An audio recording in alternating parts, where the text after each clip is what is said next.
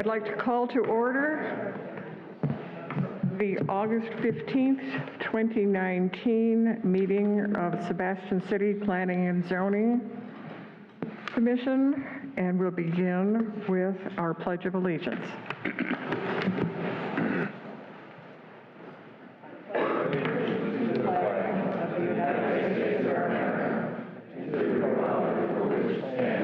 One nation, under God, indivisible, with liberty and justice for all.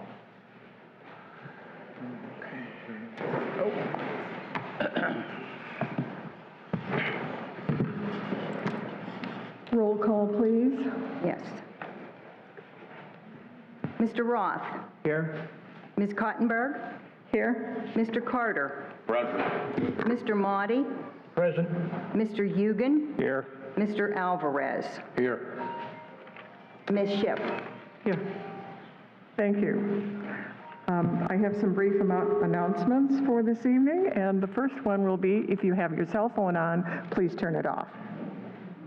And I know that somebody does, because I just heard one. Mr. Reyes, Mr. Simmons, and Mr. Krieselbach are excused from tonight's meeting.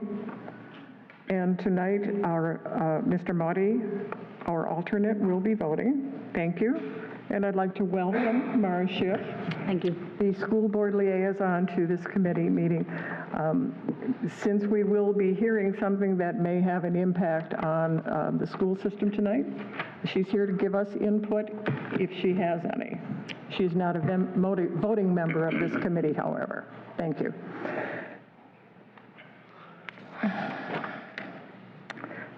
The first order of business is approval of the minutes of our meeting from July 11th and July 18th. Committee members have all had a copy and have had an opportunity to review. Does anyone have any additions or corrections? I would move for approval as submitted of the July 11th, 2019 Sebastian Planning and Zoning Commission minutes. Second. Okay, we have a motion and a second for approval. All in favor? Yes. Aye. Aye. Any opposed? Thank you. Minutes from July 18th meeting. I'll make a motion that they be approved as submitted. That would be for the July 18th, 2019 Sebastian Planning and Zoning Commission. Second. We have a motion and a second to approve the minutes of the July 18th, 2019 meeting. All in favor? Indicate by aye. Aye. Aye. Yes. Any opposed? Thank you. Madam Chair, could I take you back to item 4 to entertain anything on agenda modifications? Yes. Okay. Thank you. Because we have a very lengthy presentation and lots of people that we want to hear this evening, I'd like to, with the approval of the members of our committee, move the CIP presentation. I'll open that, and then I'd like a motion to, first of all, move it to our first item tonight. Everybody approve of that? Yes. Okay. Yes. Okay. We need a motion. Not to move it to the item, but to table it, then you will, yes. Okay. And now that it is our first item, I think we should entertain a motion to table this until our meeting of It'll be September 5th at 6 p.m. September 5th at 6 p.m. Okay, September 5th at 6 p.m. That'll give us all a little more time to study it as well. Okay, would somebody make that motion, please? Sure. Okay, I'll make the motion. I move that we move the hearing of the CIP report to our September 5th, 6 p.m. meeting. Second. We have a motion and a second. We take a voice vote, please.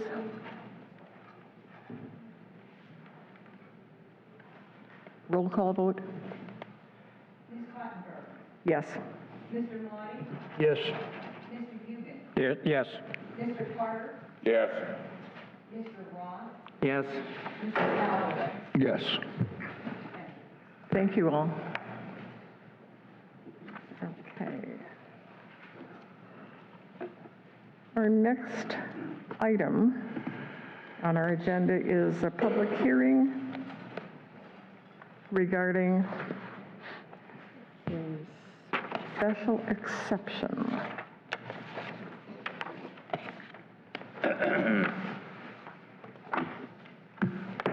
We'll open the hearing on the application for special exception.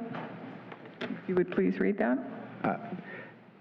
Yes, item 6A, a public hearing, special exception request for vehicular sales in the commercial riverfront zoning district, 920 US Highway 1. And this matter is quasi-judicial. So if anyone wishing to speak on this item, this is the first item for the vehicular sales at 920 US Highway 1. If you could stand and raise your right hand and be sworn in. You solemnly swear or affirm the testimony you will give will be the truth, the whole truth, and nothing but the truth, so help you God. Thank you.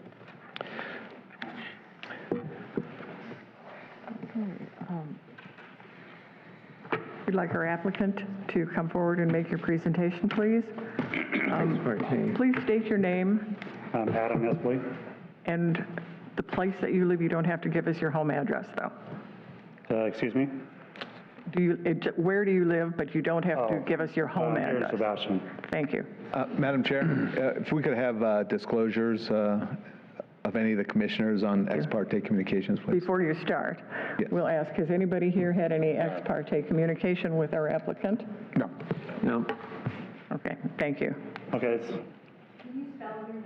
Your full name? Yes, Adam, A-D-A-M, E-S-P-L-E-Y. Thank you. Yes. So I came here to Sebastian from California and trying to continue the business I ran in California. I've been a car dealer in California for about 29 years. The last 10 years have been what I'm asking for here, what I have been doing in California. So I'm wholesale only. I don't do no public. The license here in just about every state in the United States will not allow any wholesale dealers at all to deal with public, sell to the public, interactions with public. I don't have the proper documentation to sell to public. So basically, I'm an online, 101% online sales only. I've been doing it for about 10 years. I purchase all vehicles on the internet, online. All inventory is stored online. Cars are sold online only through auto auctions. So basically, the office I'm asking for the permit is they require me to have files, keep all my records, business license, bond. I have to have garage liability insurance, which for me I need it to have it for a license, but requirements, I don't ever touch, see any cars. I'm basically like a stockbroker. You're just buying stocks, reselling stocks online, so I'm doing the same thing with cars. There's not going to be any cars on the premises. Anything I do is not going to be injury to anybody that's in the facility. If something were to come up, they think I have a car there or anything, more than likely anybody downstairs is going to know that I have cars there. So I'm pretty sure that something like that, the landlord is going to let me know, and then that's going to be over. TV will not allow me to do any type of display. So my license requires just a sign on the door and files to be stored in the facility. So that's all pretty much my thing. Technology has changed. I used to do the whole buy cars everywhere, all over the United States. I mean, in California. And one day I woke up and said, I'm done. I'm tired of it. I'm doing online only. So technology with all the auto business, all the auctions, you can do just about everything online. So that's all I'm asking for, is a special exception, just to have an office. It's not a display or an auto sales car lot. Okay, great, thank you. Any questions? Okay. I do. Yes, sir? Will there be any employees with your firm? No, I'm self-employed, all by myself. It's sole ownership. It's not a partnership or a corporation or nothing like that. It's just basically, there's going to be storage files, computer desk, and just things, just to control everything of the business. I do a lot of buying on my phone, tablets, PC at home. So I'm going to be there 2-3 days a week just to keep my inventory straight for DMV. The DMV here and just about anywhere, they're pretty strict. They keep a pretty tight grip on us. It's not something very a loose business. I noticed that you have a email that includes Villa Realty Associates. Will there be any real estate business conducted out of that office? No, that email is the woman, the landlord. My email is the same as the business name. I don't know how that got in there. That's the owner of the property. It's not a partner. So what? It's not a partner, it's just the owner of the building. Yeah, she's just an owner of the building Okay. that I'm leasing from her, the office. Any other questions? No. Staff presentation? Thank you, Commissioners. The reason this is before you tonight is auto sales, vehicular sales, and incidental accessory uses is only allowed in commercial general and industrial zoning districts. This particular site location is in the commercial riverfront district. And now when they created the commercial riverfront zoning classification, which is mostly our downtown riverfront redevelopment area, the intent was not to have the normal standard car dealerships down in that area. So it was removed from the CR. So what our code does allow special exceptions so that a use that's allowed in other zoning districts but prohibited in another one, you request a special exception. If it's a conditional use, then you also have to meet those conditions. It's a permitted use in the CGIN, but staff has requested or recommended a couple of conditions. As such, the code requires you to find that they meet some special criteria. Some required findings of facts that we have noted in your staff report, and noted how we feel it does meet those findings of facts, and that there are also some Planning and Zoning Commission findings in your staff report also, which is similar to our conditional use. We request that in your motion that you make notice that you do feel that it meets those findings, required findings. Staff is recommending, based on only the fact that based on our definition and the fact that the state is requiring Mr. Espley to get that dealer's license, it was determined that he meets that definition of auto sales. If the state did not require that dealer's license, we would just assume this as a professional office doing regular office type of use in that unit that he's renting. But because of that requirement of the dealer's license, it was determined that he meets that auto dealer definition. So not that we have a lot of wholesale dealers coming in to find spots in Sebastian, but I think it would be prudent for us in the future when we're doing any land development changes to possibly review our definitions, kind of modernize them, take into consideration e-commerce and internet sales. Most of our definitions are still from our original code in 1985. But with that, we feel this use is not going to be detrimental or cause any situation at this site, as long as these two conditions we feel should be requested, and that is that the business shall not be allowed to display, sell on site, or temporarily park any vehicles involved with the auto sales operation on the business property, and that the special exception is granted for the specified address only. And staff recommends approval with those two conditions. Thank you. Are there any members of the public who wish to speak in favor of this? Seeing none, are there any members of the public here who wish to speak in opposition to this? Also, we see none. Any additional final comments? No, staff recommends approval. Okay. The hearing is closed. Thank you very much. We're not quite finished yet. but- Chairman, I recommend approval, and I'd like to make those conditions again part of the record regarding that no vehicles should be displayed on the property and that the special exception is for the address only. Okay. Commissioners, any comments, questions? Yeah, I have one. Yes. My question is, how do we going to monitor if he has any vehicles there at a certain time? You know, That's all I'm asking. I mean, we're gonna have somebody monitoring, because he can park something one day, leave it there, come back the other. I'm not saying personally, but no. you know how that goes. That is a very, everybody asks that question. Like, Exactly, It's kind of exactly. like, you Because don't know that's me. a shopping and- center. You can yeah. park a car there, you know, Yeah. like they do in a shopping center where I work, and it's been there for days, you know. So, Yeah, but that's my I don't only know, beef, like, other than. I sent over the documents. I don't know if you saw the last 6 months of sales that I did at the international auction. Mm-hmm. They're all over from, I sell cars from California to New York to Maine to Florida. Okay. To even, most of the cars go out of the country that I sell. Okay. It's just, the auction is international auction. So it's a very unique business. There's not very many people that do what I do. I've been doing it for 10 years, and it's done really well for me for not having to be on the road so much like before. So I pride myself in rules and laws. So, I mean, the last thing I want to do is lose my business.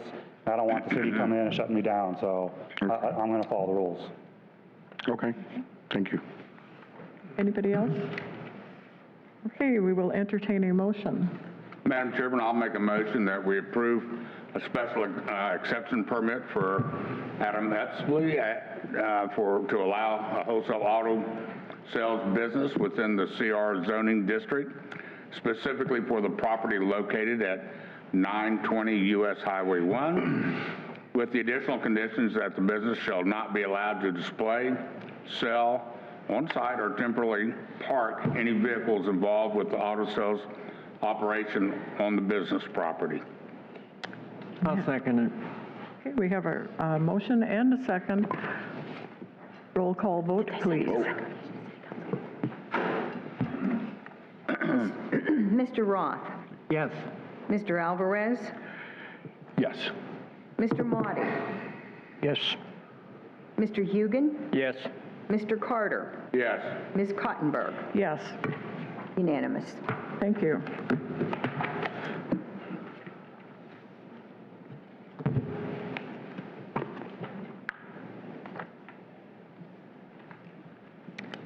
Okay. Our next issue on our agenda is a public hearing regarding a large-scale comprehensive plan future land use map amendment. We have probably 100% more members of the public here tonight than we normally have at these meetings. Many of you, I am sure, are not familiar with the process that we go through for a meeting, and I want to assure you that our intention is to hear your input. However, since we have such a large group of people here tonight, I'm going to go through a little bit of how we are going to operate this hearing from the aspect of public input. Normal meetings, regular meetings, have a 5-minute limit on the amount of time that any one speaker can address the board. Actually, they address the chair. However, since we have so many people here this evening, and I want to make sure that everybody gets to do some input, I'm going to ask the members of our board if you would all favor a 3-minute input rather than a 5-minute input, because we also have a restriction on the amount of time we can spend here tonight. Our meeting can only run until 9:30 p.m. with a 30-minute extension if we all vote for that. So I'm going to make a motion that we change the amount of time that the speakers can speak, the limit of 3 minutes instead of 5 minutes, in order to allow the greatest number of people to speak, if possible. I'll second that. Okay. We will take a vote now, and I'd like a roll call vote, please. No input at this point, sir. No input at this point, sir. No input at this point. Please be seated. Mr. Roth, Yes. Mr. Alvarez, Yes. Mr. Hugan, Yes. Mr. Motti, No. Mr. Carter, Yes. Ms. Cottenberg. Yes. So that is So we will have, 5 ayes and 1 nay. thank you. We will have 3 minutes for each person to give their input.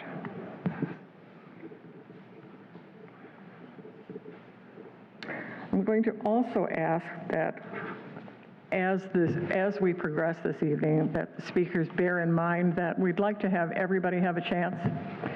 So if you hear your issues being brought up more than once or twice, consider that we've already heard the point and you may just reserve your issues or your points to something that has not already been brought up several times. I will maintain order throughout the proceedings. We will not tolerate any applause, any booing, no cheering. Again, we want to keep the meeting moving along. We want to make sure that everybody has a chance to give their opinions here.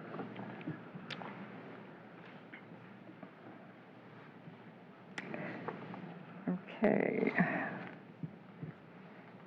And I'm also going to ask, when we get to the point for your input, that you form a line over here so that instead of waiting for people to stand up and walk forward and be recognized, if you're in the line, you will get recognized, and it'll be orderly. So, okay, and now we will proceed.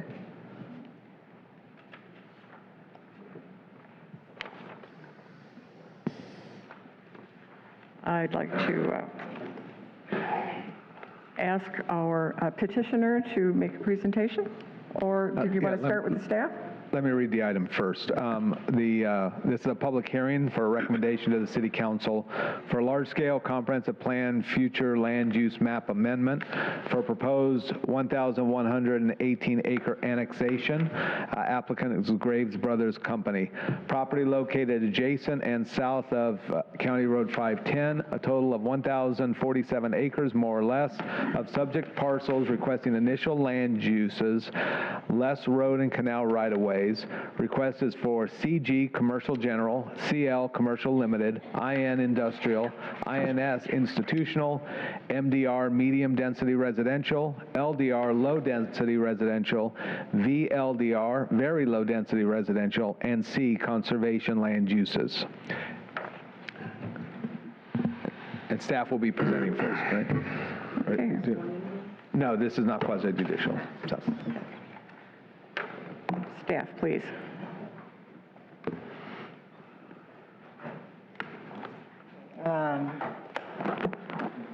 Can you hear me now? Good. My name is Lisa Frazier. I am the Community Development Director for the City of Sebastian. I hold an AICP, which is a National Certification in Planning, and I've held that certification for almost 25 years. I've been a practicing planner for longer than that, not that I want to age myself, and I also hold a master's degree from FIT in environmental planning. So I'm very pleased to be here this evening and help you, our volunteers, who I'm so appreciative of all of the time that you give as the Planning and Zoning Commission to walk through this process. It's a big deal for the city of Sebastian, and we need to take our time to look at it and really consider all of the factors involved. So I wanted to get that out there, and thank you all very much. This evening, you will be sitting as the land planning agency. As the land planning agency, you're looking at the long-range plan, the future plan for the city. It's a lot more different than what your usual role is as determining zoning or your site plan, correct? So when you're determining the future land use, what you're looking at is the bigger picture, the wider pattern, the development pattern of the city that is compatible with our needs and our future growth. So I request that you bear that in mind as we move forward. I believe we all know I may be giving a little bit of a planning discussion or education this evening, just for your benefit, but also for the public's, that for future land use, we're looking at the 20,000 level, okay? We're looking down on what's that pattern of that property, and how does it coincide with the rest of the properties. After that, and I know all of you are aware of this, after that, you have to go to zoning. After that, you have to either go to plat and site plan. All of that has to occur before the dirt is turned. And you are all very familiar with our land development codes and our processes regarding those levels. So I just want everyone to know that we're up here now. We're starting up here, okay? So anyways, this evening you're sitting as the land planning agency to make a recommendation to City Council regarding the proposed large-scale comprehensive plan future land use amendment identified as the Graves Brothers Company County Road 510 South. Because there's so much information, we have prepared a presentation, a PowerPoint presentation, and in accordance with the City Land Development Code procedures for amending the comprehensive plan, which you all should be pretty much aware of or familiar with since we did this for the Coastal Resiliency Plan, it provides the consistency test, and it's outlined in your packet A through I. Now I'm going to hit some of the highlights of this consistency test, and I'm also going to hopefully dispel some of the misconceptions surrounding this process and this piece of property. I want, as I move forward in the presentation, please feel free to interrupt me to ask any questions of either myself, Mr. Carlisle, the city manager, of course, Dory Bosworth, our planning manager, and even Mr. Stokes, our city attorney. Okay? Well, then here we go. This isn't going to be smooth. I'm not real practiced. So I'll just move through it as best we can.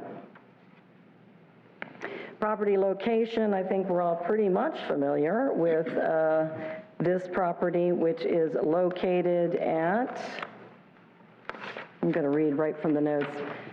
This is a voluntary annexation, and it is located at the south of County Road 510, west of 74th Avenue, north of 69th Street, and east of 82nd Avenue.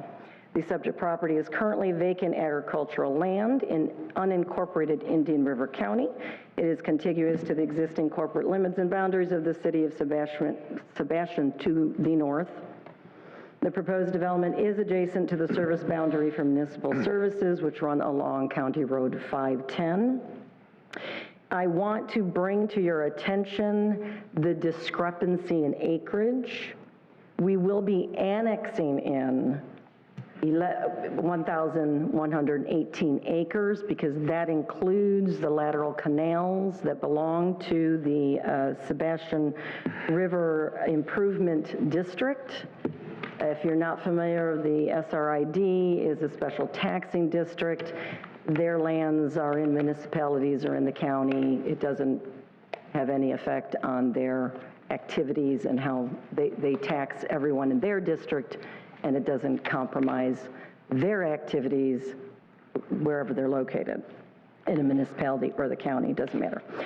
So anyhow, the current zoning is A-1, agricultural, until such time as the applicant provides petition to the city for a zoning amendment. So again, the annexation hearing in front of the city council will be held on August 28th to consider the annexation of the 1,118 acres. But this evening, your land use is only covering 1,046.7 acres because we aren't changing the land use of the canals. Does that make sense to everyone? Wonderful. I wanted to get that out. So our proposed future land use map. I want to emphasize that a recommendation for a land use designation really does need to be made this evening and sent to the council. Again, the city council is considering the annexation, not us. However, we do not want to risk the city council approving the annexation and the land coming into the city without a future land use or designation. So I encourage this commission, to make that recommendation this evening in whatever manner you feel is necessary. At the city council meeting, that recommendation will be presented to the city council as a first reading of the ordinance. And then that ordinance goes up to the Department of Economic Opportunity for their consideration. So we have many more steps ahead of us. Again, the land right now existing is agricultural AG-1, which allows for 1 unit per 5 acres in Indian River County. The applicant is proposing a mix of uses, a mix of land uses, which are CG, CL, commercial limited, I'm sorry, I shouldn't use acronyms, commercial general, commercial limited, industrial, institutional, medium density residential, low density residential, very low density residential, and conservation. You will see that this mixed use type of land use designation fits nicely under our planned use development portion of our policies and objectives of our comprehensive plan. It's unfortunate that we don't have a mixed use designation, but we do have a planned unit development overlay. And that is what's been recommended to you this evening, if you look at your recommendations that were submitted to you. So once again, future land uses are the roadmap by which communities are developed. It lays out the pattern of the intended use and development pattern for a community. A FLU designation allows for applicable zoning districts which specifically define allowable uses and contain the design and development guidelines for those intended uses. Again, we're looking at future land use, and then underneath that is it allows applicable zoning at the proper time. The developer or landowner will come in and ask for a change in zoning, and then that will connotate into our land development codes, which go into site design. A property cannot develop without proper zoning, plating, or site plan approval. And so we are a long way from this property turning dirt, since the landowners have shared an extended timeline before any change in use is desired. They desire to remain in agricultural use for the time being. Our current comprehensive plan was adopted in 2009 with projections out to 2025, which is today. It's tomorrow. It's around the corner. An evaluation and appraisal report, EAR, was adopted in 2010, which provided some updates to our data and analysis at that time. As this committee is aware, updates to the comprehensive plan are required to be conducted in 2020, and then we will be looking at a longer range, and I'm sure there's going to be a lot more data and analysis showing this growth in population and the needs that come with the growth in population. In accordance with these documents, the comp plan, the existing comp plan, and the EAR, the city has a deficiency in residential, commercial, and industrial land use based on projected population growth. In addition, the plan and EAR both clearly state that the city should look to annex land south of the city limits in order to meet these needs.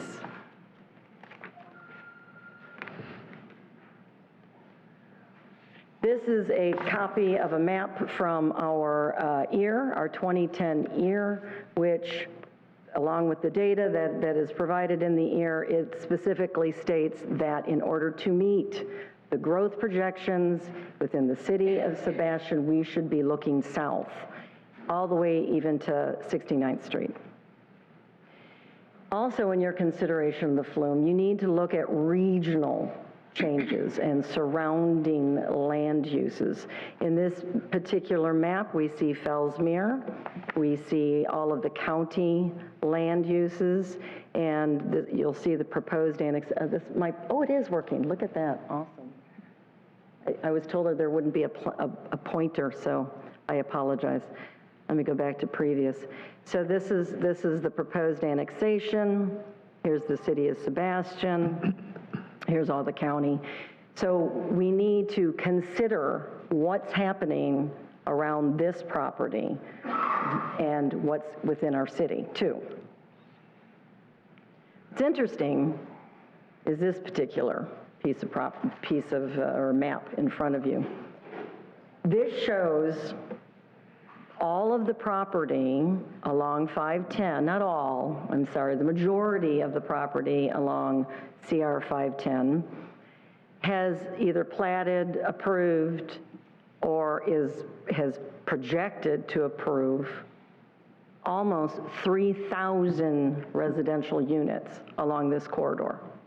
Now, if you do the population projections of that, you're looking at about 6,600 people.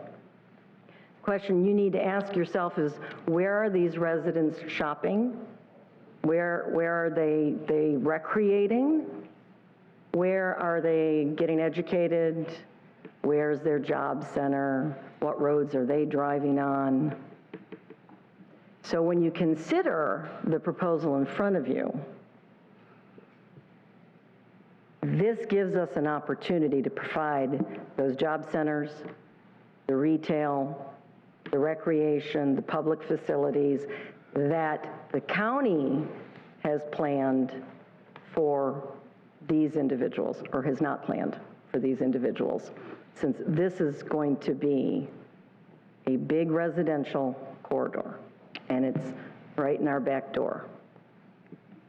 Something to consider.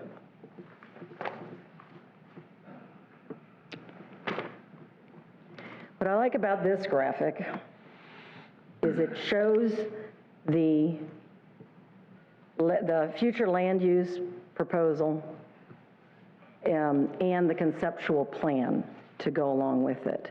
And if you look at the proposal that we've submitted in front of you, we are recommending that this conceptual plan, this master plan, if you will, be approved as part of the future land use map.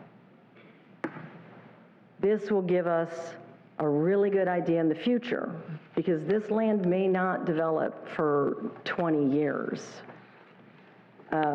It will give us a good handle on what was proposed and what we believe to be there. So this gives us a good backing. I'm hoping I'm not missing anything as I'm talking here. Could I ask just a quick question? Of course, Mr. Ross. Does this overlay have a bearing on a planned use development? Does it restrict it to this particular layout, or is this what is just proposed at this point? The conceptual plan, you mean? It's just a proposed conceptual plan, but if you recall, in a lot of our development orders, if we have an ordinance, and this would be an ordinance, if we have an ordinance that says, referencing a particular conceptual plan, that gives us more, what's the word I want to say, Jim? Not necessarily power, but it gives us a predictability of where we want things to be laid out in compliance with the future land use map. Okay, thank you. Okay. What we like about this is that it does promote the mixed-use concept, which we may find in our new future land use element as we go through the changes next year. However, if you look in your recommendations, we are recommending that this be placed in our planned unit development overlay. It is an objective and policy within the existing comprehensive plan. We feel that it will be not only a change in this future land use, but also a text amendment in the future land use element. But it will slide right into our existing policy of planned unit development overlay. It's in front of you this evening. That policy, okay. You look like you had a question, Mr. Motti, so I I do wanted have to. a question. Excuse me? I do have a question. If this is being proposed under the old comprehensive plan, and how far off with our new comprehensive plan, with new land designations? I'm sorry, how far off? On getting the new comprehensive plan approved? When will the new comprehensive Oh, plan? I hear you. Okay, the new comprehensive plan needs to be approved by August, September 2020. So the money to proceed with that and to hire a consultant is in this year's budget, or this coming budget, so we have to wait for the city council to approve that budget for us to move forward. We're looking at this under a, We have to look at it 10-year-old under, plan. that's correct. We have to look at it under the existing plan, that's correct. okay. Okay. In fact, good question. It gives me a good segue into my next planning education for you all. How do we determine densities and intensities within a comprehensive plan, correct? So it's all based on population. The city of Sebastian saw a 12% growth in population from 2017 to 2018. Indian River County has been identified as one of the fastest growing counties in the state of Florida, and the state of Florida states that there's 1,000 people moving here every day. No wonder we're sinking. Come on, give me a chuckle. Thank you, Paul. So, when we look at what is needed, we look at population, and we look at land area, all right? This page was supplied to you from the applicant. It's page number 26, I believe, of your attachment. And I'm going to try to walk you through it just so you have a good general idea of where we're heading, okay? This shows the maximum density and intensity that this property can maintain. And it's only based on acreage. And this acreage actually includes the right-of-ways when you're looking at the maximum area. In accordance with our comp plan, the 2009 comp plan, we projected a change from 50% residential to 70% residential. We wanted to increase our residential. We actually are lacking, severely lacking in multifamily development. Think condos, apartments. We are lacking in those compact, high-density developments. We have a deficit in our EAR, which shows 2,845 units. We have a deficit, meaning that we don't have enough land area based on our population projections to cover those units, all right? So the applicant, using these values, did some assumptions and came up with this type of mixed residential units, all right? And I circle the MR because it's medium residential, which would be covering our condos and multifamily. Based on the net acreage, that's minus the right-of-way areas, they came up with 3,699 units. Now, 3,699 units will not be built on this property. And this is why, because, and this is in our comprehensive plan, every development, no matter how much you say the density is going to be this much, I can get this much units on this many acres, by the time you get down to your development order, you have to take into consideration your stormwater, your roads, your parks, your setbacks, your buffers. There is so much that you have to consider that typically it's about 75%. Now, under our PUD overlay and our PUD zoning, we require 50% open space. in residential PUDs. I wanted to point that out to you. So really, at the end of the day, you're looking at maybe 2,500 units on this 1,000-acre property. The applicant then goes on to project what the new added residents may be.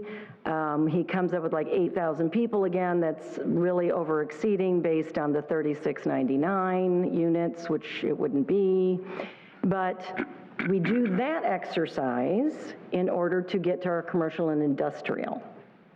According to state standards, for every 1,000 residents, you need 10 acres of commercial. Every 1,000 residents, you need 10 acres of industrial. We don't have that in the city of Sebastian. So based on all of these numbers, we're looking at requiring 98 acres of commercial. The applicant is showing 103 acres. Again, with the PUD overlay, you have 30% open space requirements. It's the same with industrial. I didn't do the exercise for industrial. I apologize. And you can probably go with 80% of the total land would be developed, whereas 20% would have to be set aside for your stormwater, your roads, your setbacks, your buffers, yada, yada. Are you following along with what I'm saying? I just want to, I look at this stuff and I'm not sure I'm clearly passing on that information. Okay, so we're looking at commercial, it's probably more like 93 acres. Industrial will be less also. What I like is that, you know, in our comprehensive plan and our LDRs, or LDCs, sorry, we require that for every 1,000 residents in a residential development, they have to supply 4 acres of recreation. And if you look in the recommended conditions, we are emphasizing that more. It's part of our recommendations so that we have enough recreation. The applicant is proposing 130 plus acres for institutional, as well as 43 acres for conservation. Institutional lands are public facilities, parks, greenways and trails. If you look at the conceptual plan again, I don't know if I can get back to it. You'll see that there is a greenway proposed all the way down. All of these green areas are actually institutional zoning. And in the recommendation, we are recommending that a condition be that these lands be donated as part of the needs analysis at the time of development. We don't know what we need yet.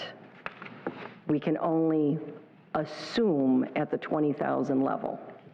Until it's zoned and it's platted, then we have a better idea of what our needs are, and at the time of development, we can ask for those things with those conditions, okay? So moving on, I just wanted to point out that the city of Sebastian does have 3 options for PUDs in the zoning, 3 zoning PUDs. I wanted to move on to transportation, if you will. The site has proposed several interconnected roadways, right-of-ways that will help with the overall connectivity of our region and our city. We again are, well, if you look over here, this is a nice one. You have Liberty Parks coming in and putting in 74th Avenue, and so then this development would then extend it all the way down. And Liberty Park is also dead-ending on 81st Street, but this development would bring it all the way across. Possibly. You've got the slough right in there. I don't know if we'd have to go around the slough. But this is the internal right-of-way plan. You'll see in our recommended proposals that the right-of-way future designation, I'm trying to find it, sorry.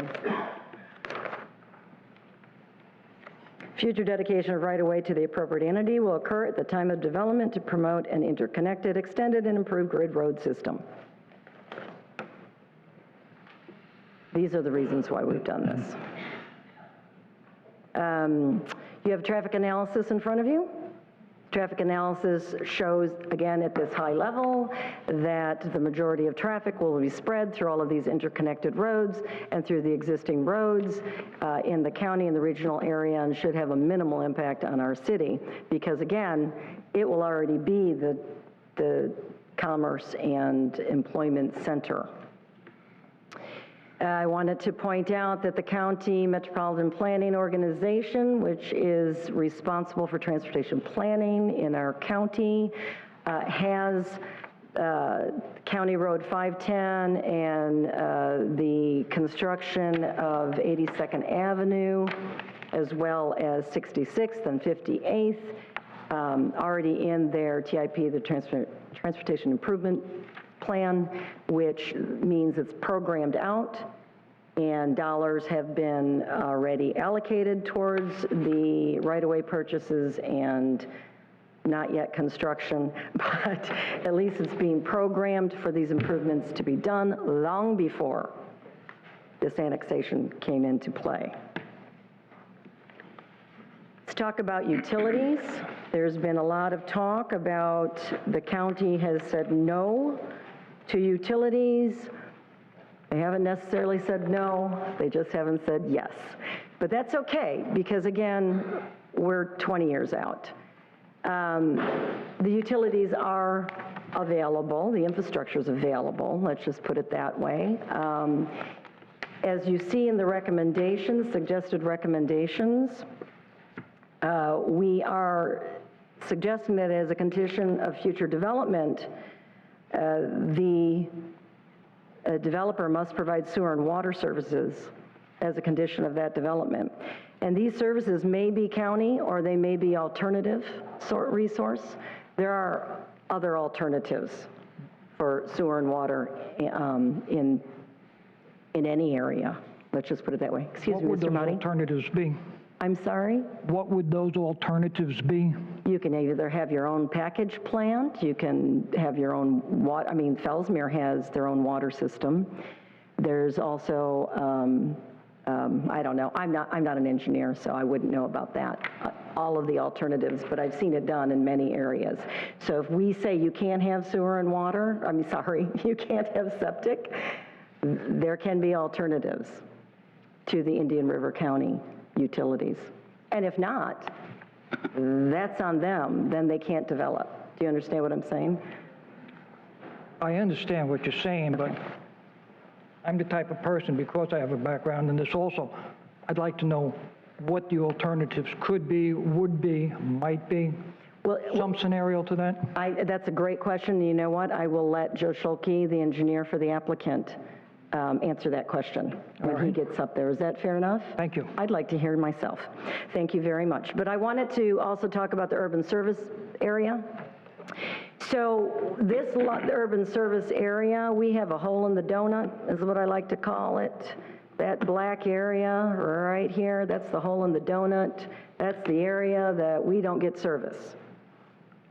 And then there's this area here, a little south, and then everything out west. Whoops, I'm sorry. It used to be right here, but the line was moved when the Corrigan Ranch came in 2014 with 8,800 acres. Interesting.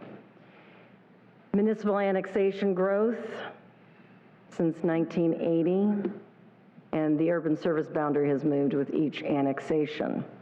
That urban service boundary was established in 1990. Just putting it out there. There's several developments in the nearby area. There's several ways that this property could develop if it chose not to annex into the city and get this future land use designation and be a resource to the city. They could do large lot ranchettes on sewer, on septic and well. Think Bureau Lake Estates. They could become a T&D, which is a traditional neighborhood development, and that's what Liberty Park did. Liberty Park is right at the border of 66th and 510. It is outside the urban service boundary, but it's going to get sewer and water. It has 917 residents planned for this 500-acre piece and 200,000 square feet of commercial. They were able to get sewer and water because of transfer of development rights. Now, I know you all know that term because we talked about it during the Coastal Resiliency Comp Plan Amendment. I know I'm going over long, but this is all very important. They were able to transfer densities from anywhere else in the area into or outside of the urban service boundary so that they could get services. So follow along. If they took densities from inside the urban service boundary, and those properties then become conservation lands, they have no more development rights, they take those densities and they move them into our backyard, into Liberty Park, and they get sewer and water. Now, definitely, the proposed annexation could do that too. I think it's very interesting where Liberty Park took all of the densities, Vero Beach, way south. So those lands won't be developed so that Liberty Park can develop. Question. It's a thought. Question on that. Yes, sir. When is Liberty Park going to be developed? Is there any forecast on that? That has been in the planning works for over 10 years. I think it's close. Again, that's a really good question for Joe Schulke, the engineer for the applicant, since he was the engineer for that project too. Okay? Sorry, you happen to be standing there, so I had to ask. I know, and I love it. And so remember, Joe, these questions, please. What's also very interesting is that since 1999, the city of Sebastian has put over 1,042 acres into conservation. Maybe we get some utility density credit for that, I'm not sure. Wetlands has been a big issue in regard to this particular annexation. As you see, National Wetlands Inventory matches the applicant's outline of the wetlands, which also matches the conservation land use designation. I think it's my next one. There you go. The big green area. So all of the designated wetlands and the south prong of the Sebastian will be under conservation, therefore not developed.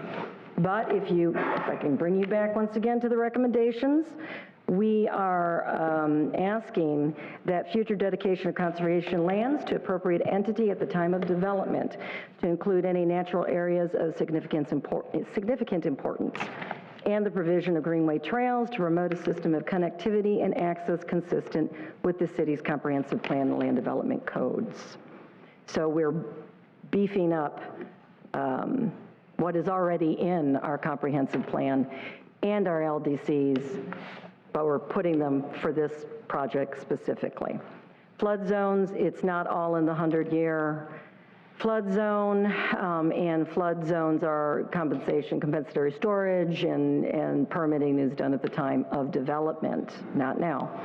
What's another interesting noise that we continually hear is, why don't we do Newtown like the counties? Well, the county's policy states you need to have 1,500 contiguous acres. We don't have 1,500 contiguous acres, so we can't. But I thought it'd be a great exercise to show the Indian River County Newtown policy as compared to the City of Sebastian's PUD overlay policy. Plan development process is required for Newtown. That's what the COS policy states. Mix of land uses, that's what the policy states. And the mix of land uses are residential, shopping, work areas, public facilities, institutional recreation, and natural open space. Does that sound familiar? Mm-hmm. Okay, a town center. We're providing a town center. Now, the new town policy does require that affordable workhouse housing at 10% of the residential units be supplied. We don't have that policy, but we have a median density of a mix of units. New town, open space at 50%. Our PUDs require 30 to 50% within the platting and the development of the property as part of the zoning, plus we have 85 acres identified as conservation and recreation. Newtown integration into major street grid, integration into major street grid. Building height, maximum of 35 feet for residential. Ours is maximum of 35 feet, period. In the new town, if it's non-residential, it can go up to 50 feet. Those are the differences. We have a conceptual site plan we talked about. Here's our recommendations. Excuse me, I have a question. I am almost done. With regard to affordable housing and workforce housing, I believe that our comprehensive plan does stipulate that a certain percentage of our housing should be affordable housing, and I believe that we come nowhere near that amount. Am I correct in that? You are correct. We, in our policy, in our housing element of our current comprehensive plan does address affordable and workforce housing. We are woefully behind. However, those conditions are for all of the residential in the city, not just for one particular piece of property. I understand that, but okay. Should we not be aiming at increasing that? We absolutely should, and it will be addressed when we update our comprehensive plan. If this committee would like to put that as a recommendation, that is Okay, well, absolutely up to you. I work at your pleasure. Okay, thank you. So the recommendations, what we're saying is that staff recommends that the Planning and Zoning Commission forward a favorable recommendation to the City Council to approve the proposed future land use map and concept site plan as presented by the applicant in Exhibits D, E, and F with the following conditions. We want to add a policy statement to the City of Sebastian comprehensive plans, existing objective 1-2.7 planned unit development, which promotes an innovative development concepts through use of the planned unit development overlay designation as stated below. This is an existing policy. This isn't anything new. This is in our comprehensive plan today. What we're stating is that we want to, this is policy 1-2.7.1, we want to add point 2. That specifically talks about the Graves Brothers Sebastian South property. I don't know what the map numbers would be at this point, but we recognize that this specific large-scale amendment with unique characteristics that do not really fall into existing land use categories. So we're looking for this planned unit development overlay designation with conditions, and the conditions are that the property needs to be rezoned as a planned unit development. Now, again, we have 3 different types of planned unit development zonings at our fingertips. So 40 acres could be planned unit development I, 100 acres could be planned unit development R. It doesn't matter. What matters is that it's planned unit development, because in our planned unit development zoning, it allows for compact, it allows for flexibility, and that's what we're looking for on this property. Housing type shall be mixed to meet various income levels and lifestyle choices. Future dedication of right-of-way in order to extend and improve the interconnected grid road system. Provisions for a mixed-use town center, future allocation and donation of institutional lands, where at the time of development, we'll be able to identify through concurrency analysis what those needs may be, such as, I'm thinking, a police station, outpost. Strategic assembly of commercial and industrial development consistent with the city's comprehensive plan, future dedication of conservation lands, we already talked about that, allocation of parks and rec lands in accordance with our land development code, buffers adjacent to the PUD overlay for the areas that are low density, and that's specified. And as a condition of future development, we mandate that hookup to central potable water and wastewater systems for all new developments, which again, is part of our code today, our land development code as well as our comprehensive plan. Well, I'm done. I need water. Hopefully nobody needs a break. I thank you all, and again, we're open for any questions because this is very important, and I so appreciate all of your time and consideration. Thank you. Thank you. Thank you. Thank you. Okay, if our applicant would like to start on the presentation, please. Good evening. May I have a moment to get some of my exhibits ready and stuff like that?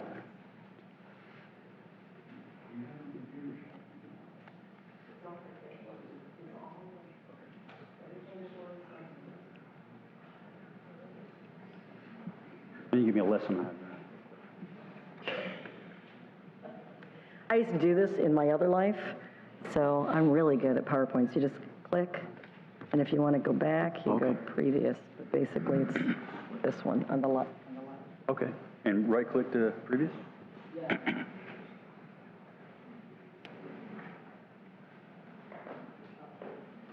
Excuse me, I'm sorry. The city manager would like me to clarify that those recommendations will not only be a part, if you should so approve them and the city council approve them, they become a part of the ordinance that is presented to city council. And so it becomes a law. Ordinances are laws. And so it would become a law, and then of course it gets translated into our comprehensive plan. I just wanted to make that very clear, okay?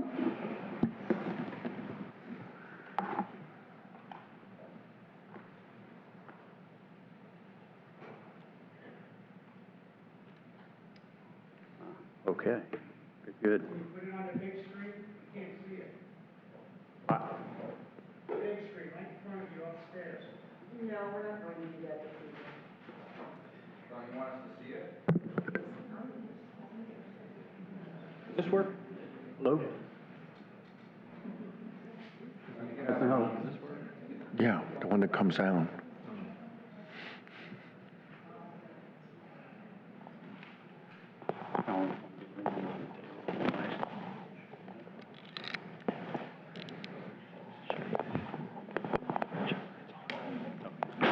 Yeah, it works. Excellent. Does this work? Can you hear me?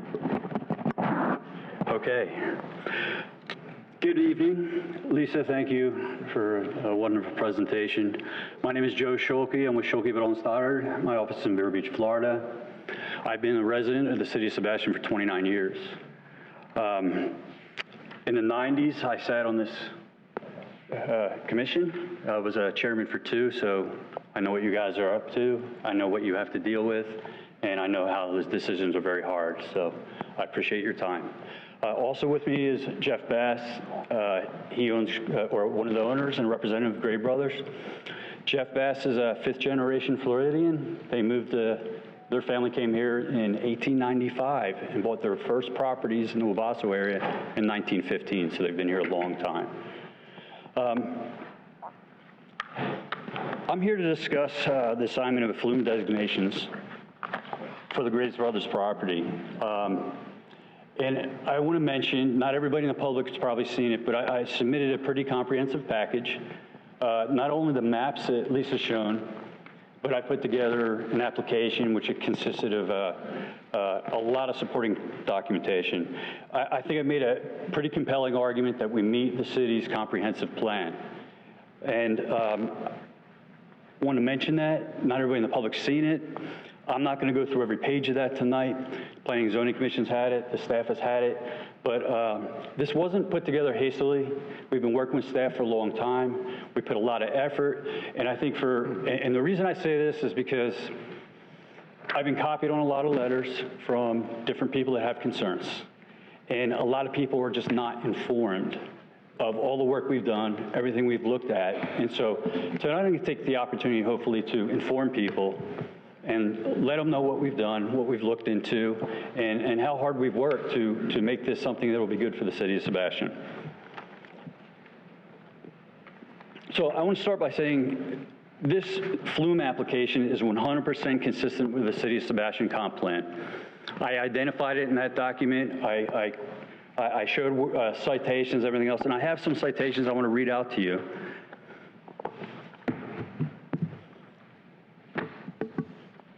They're right here. And they are concerning commercial and industrial needs for the city of Sebastian. This is the city of Sebastian's 2009 comp plan and 2010 year-based amendments. The city would like to increase the amount of industrial zone land to attract large employment centers. However, based on the fact that the city is mostly built out, there are no sites available to accommodate this future need. The city will therefore be open to future annexation of industrial lands for this purpose. Under the economic development job creation, the city shall consider the potential for employment-generating commercial and industrial uses in the 510 corridor south of the city. The city should accept voluntary annexation requests in this vicinity of the city. And finally, if this area south of the city is developed with other than rural uses, it should become part of the city. And the city is seeking adequate commercial and industrial lands to accommodate its economic development needs, and many have pointed to the 510 corridor as a place to meet those needs. Excuse me, I'm gonna get some water.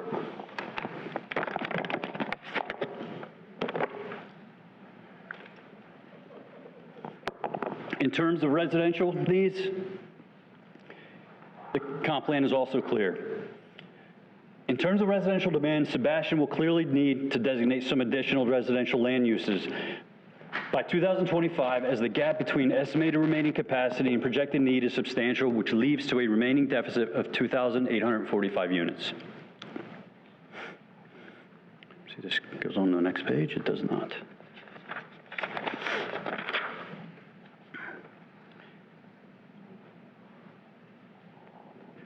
And various economic benefits to be gained through a variety of housing choices and coordination of housing with employment locations suggest that the city should strive for a significant share of additional units to be designated as multifamily.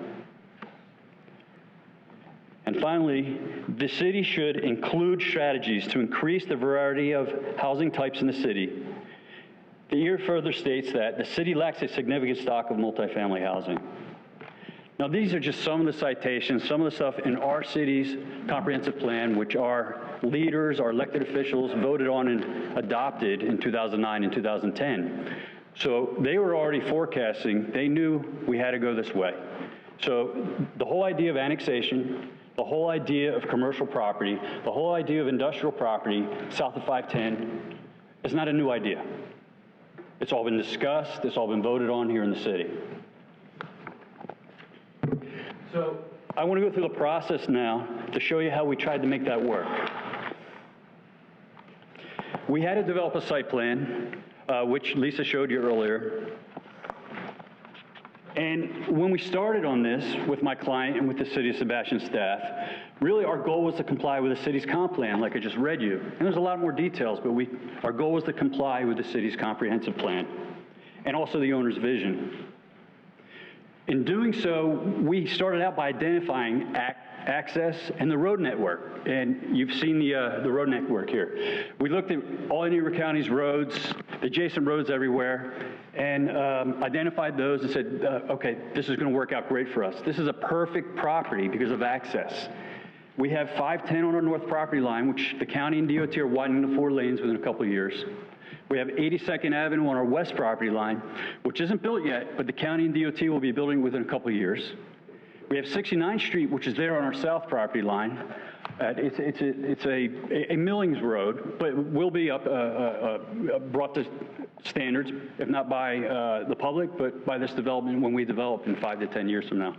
We have 74th Avenue on our east property line. Not there yet, but Liberty Park is proposed to build 74th Avenue. You can see it on the screen, down from 510, about a third of the way down. We would pick up the rest of it. So we have a major thoroughfare grid around us. Not only that, but we're extending, Liberty Park is extending 81st Street from 66th Avenue to our east property line. So we'll extend through to 82nd Avenue. We'll also extend through 77th Street, 73rd Street, and 80th Avenue, and I believe it's maybe 78th Avenue. So we have this huge grid network. It's going to work out great for this project. Also what this project has is we're in the Sebastian River Improvement District. If you look at the plan, you see all the blue areas. It look like the gray are the roads, the blue are these canal right-of-way that are already there. So we have the drainage facilities in place from the district to be able to accommodate drainage. We also looked at the location of environmentally sensitive areas, which you talked about. We actually had a scientist go out and map the wetlands. And I know a lot of people were concerned about the wetlands and the headwaters of the Sebastian River. Well, we mapped the wetlands, we identified it, and on our site plan, we've provided, as you can see, a conservation area that will cover that wetland.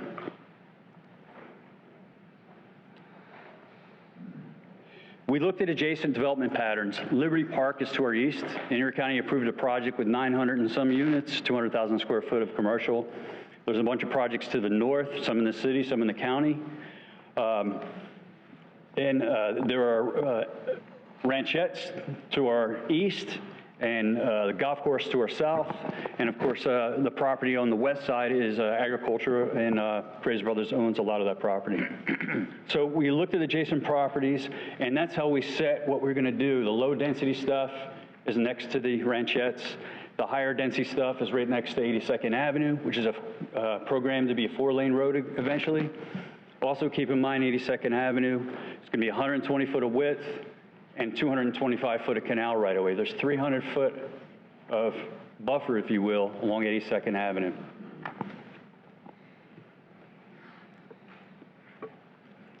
We also confirmed the location and capacity of utility infrastructure. Utilities are adjacent to us, and Liberty Park is bringing in next to us. We evaluated the traffic capacity on the adjacent roads, and I'll get into that a little bit more later on. And we met with staff to discuss all this. And then we went through the comp plan again. We determined what we thought were the appropriate densities and intensities based on the city's comp plan and their needs. Lisa showed that table to you, page 26 of the document you have. I went through that exercise to figure out what would be appropriate, what is consistent with the city's plan. From there, we developed a conceptual plan. We met with the city. We actually met with Erie County MPO personnel, Phil Mattson. We met with Stan Bowling, who was the planning director at the time, as well as city staff to discuss it. From that site plan, we were able to develop this future land use map. Now, the future land use map reflects the uses that I have on the site plan. So, as I mentioned before, on this site plan, we're proposing commercial and industrial properties on the west along 82nd Avenue. Makes 100% sense. 82nd Avenue is going to be an interconnection from the I-95 interchanges in Feldsmere and Vero Beach. It's going straight through. What a perfect location for commercial. What a perfect location for the city to capitalize on having commercial properties that are accessible to everybody.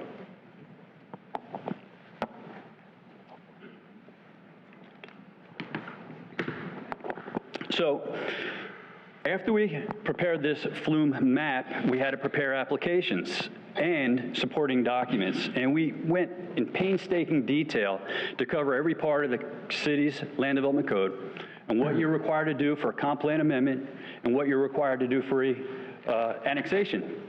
And we covered all the bases. And I say that not lightly, but seriously, because I know there's a lot of people concerned that maybe we didn't look at all these things. We did, and you have the document. So we looked at consistency with a comprehensive plan, and I've cited some things. We're consistent with it.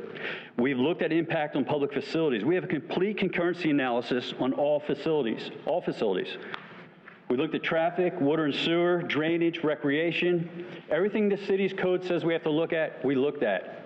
Everything the city asked us to look at, we found has an acceptable level of service in 5 years from now and 30 years from now. We looked at the fiscal impacts. That's on page 11 and 12 of the document. We estimated the revenue this project would bring in, about $6.8, $6.9 million in total revenue. Now, a lot of people have quoted that number and saying, well, what about the costs? And it wasn't mentioned in the staff report, but we also estimated the cost and came up with a net revenue, I think it's about 4.8.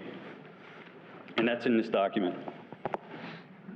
We looked at the compatibility with adjacent properties. I talked to you already about Liberty Park being to the east, the ranchettes over the east, this big, huge buffer and highway to the west, or not highway, but a large road, 82nd Avenue, which is programmed eventually to be 4 lanes. And then we looked at the environmental impacts, which I mentioned before, which we had mapped out. So it wasn't done hastily. We took a lot of time. We evaluated everything, I think, to the nth degree. We worked with staff, and we feel we came up with a great conceptual plan, a very good future land use map that is consistent with the city's comp plan, and something that I think is going to be a win-win for everybody. Now, my purpose tonight is to explain to the Planning and Zoning Board and to the residents of the city that are listening or here why this is a good idea, and I'm going to tell you why it's a good idea as we go forward. There are other stakeholders that I know are here. I've gotten letters from them, or my client's gotten letters from them, the county has, and some of them truly are stakeholders and have some concerns. There are some that are alarmists that I see at every meeting for the last 15 years and don't want anything to change and try to stop everything.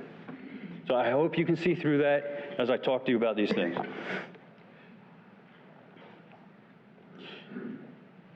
My hope when I'm done is that a lot of you will learn that this hasn't been hastily put together. We've done a lot of consulting with staff, and even my opponents have one that just don't want to at least see that maybe there is a benefit to the city of Sebastian.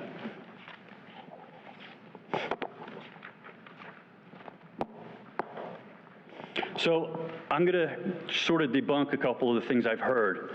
Now, at Indian River County, they scheduled a special MPO meeting Monday just to talk about this project. And then the Board of County Commissioners scheduled an item on their agenda just to talk about this project. So I've heard their concerns, and a lot of them are unfounded because people are misinformed. So I want to talk about traffic first. We did a traffic impact analysis, a detailed one. We met with city staff. We use a consultant that does a lot of work in Indian River County. She knows the county's requirements. She knows the capacity of the roads. She looked at our project at 5 years, assuming it was built out in 5 years, and looked at it in 2040, because that's how far out Indian River County's projected capital improvements go. You know, they say, okay, by this year, this should be 4 lane. By this year, this should be 6 lane. So she looked at those 2 scenarios. Under all circumstances, every road is at acceptable level of service. And you say, wow, how does that happen with 3,600 units?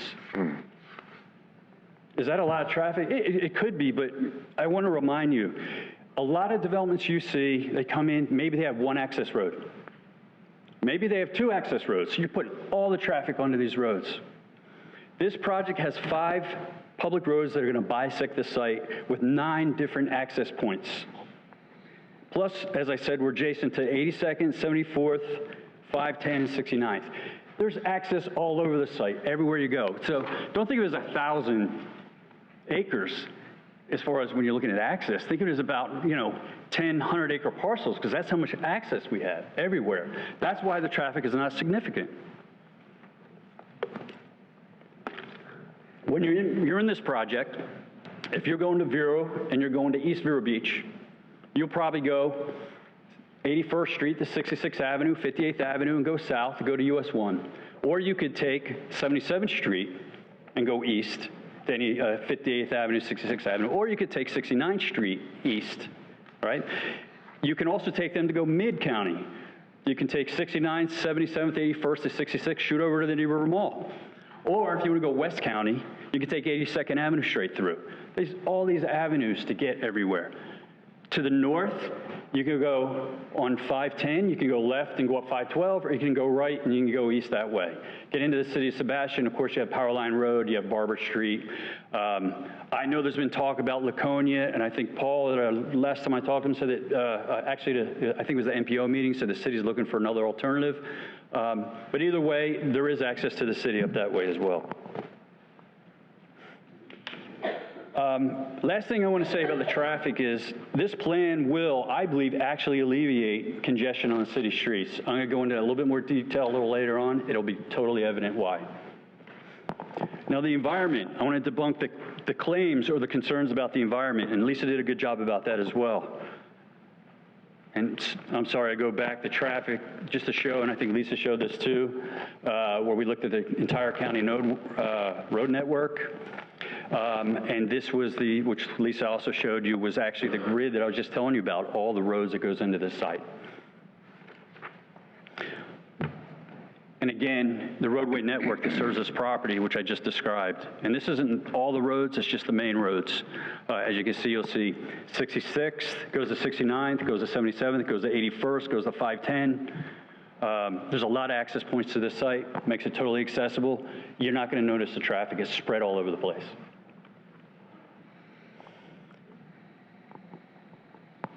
Okay, the environment. We had a scientist map the site, and as Lisa said, it's consistent with records of St. John's and the DEP. He identified the South Prong Slough and the buffer areas around it. So what we plan to do is put a conservation area around it. And everyone is concerned, oh my gosh, they're going to fill wetlands. We're not going to fill wetlands.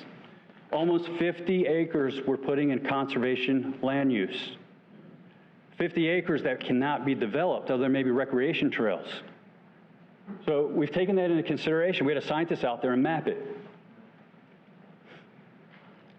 The area that we mapped is bigger than the slough. We're providing upland buffers between the wetland area and where our development limits would be. Then further, if you look at our future land use map and our site plan, the areas adjacent to that slough are our low-density residential areas, estates, the least impacted. We're not putting commercial there, we're not putting apartments there, we're not putting industrial there. So we try to use smart planning. We thought about this, we planned this with the city staff. And of course, when you go into development, and you're going to get your entitlement work, and you want to develop a piece of property, other environmental concerns may crop up. But any development order requires a consultation and permitting with the St. Johns River Water Management District, the Army Corps, FWC, U.S. Fish and Wildlife, and the city. And don't forget, the city is requiring us to do a PUD, which is subjective approval. They really have all the teeth.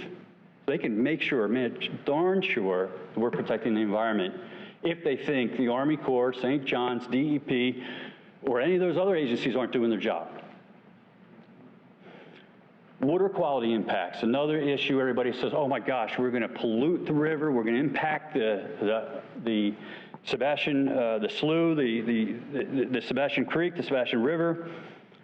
That's kind of an alarmist thing. It's just not true. Any new development has such strict water quality criteria, such strict development regulations on water quality that they essentially require us to do an analysis of the pollutants that leave the site. Nitrogen, phosphorus, total suspended solids. We have to be less than what's happening on the existing site right now. We're not going to hurt the water quality of the Sebastian River or the Indian River Lagoon. Also, what I mentioned before, we are in the Sebastian River Improvement District. That district has a requirement that the St. John's and the city doesn't, and that is a maximum of 2 inches of rainfall leaving the site, a runoff, I'm sorry, in a 25-year storm. Well, a 25-year storm is about 9 inches of rain. You can only allow 2 inches in any 24-hour period. That's 3 to 4 times what the St. John's or the city would require. So the volume of water going off the site is going to be held on the site too. So it's so regulated, it is so regulated that we're not going to be impacting the river. We're not going to be polluting the river. You're going to be better off. You just imagine if the state agriculture and the owner decided he wanted to try citrus again. Citrus is such a hard time right now because all the diseases, everything happened. Herbicides, fungicides, pesticides would have to be sprayed on it, maybe aerial spray. All this is washing right into the river. Or a pasture. It's pasture now, but it could be more dense. And you all know what you get with the cows. I mean, you know, highly dense. First, methane. We all know where that comes from, right? But the bigger problem is bacteria and nitrogen, right, from the manure. Again, out there right now, cows washing into the river. When you develop, you don't have any of those issues. It's so regulated, none of that happens. The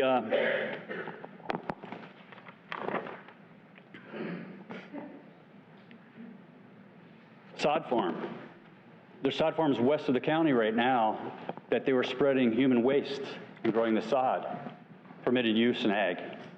God forbid that ever happen here, right?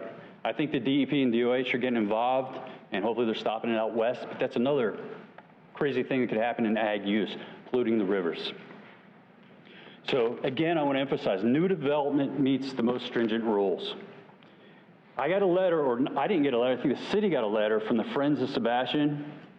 Tim Glover wrote it, and he had a list of things that said, you know, you guys can only do all these things.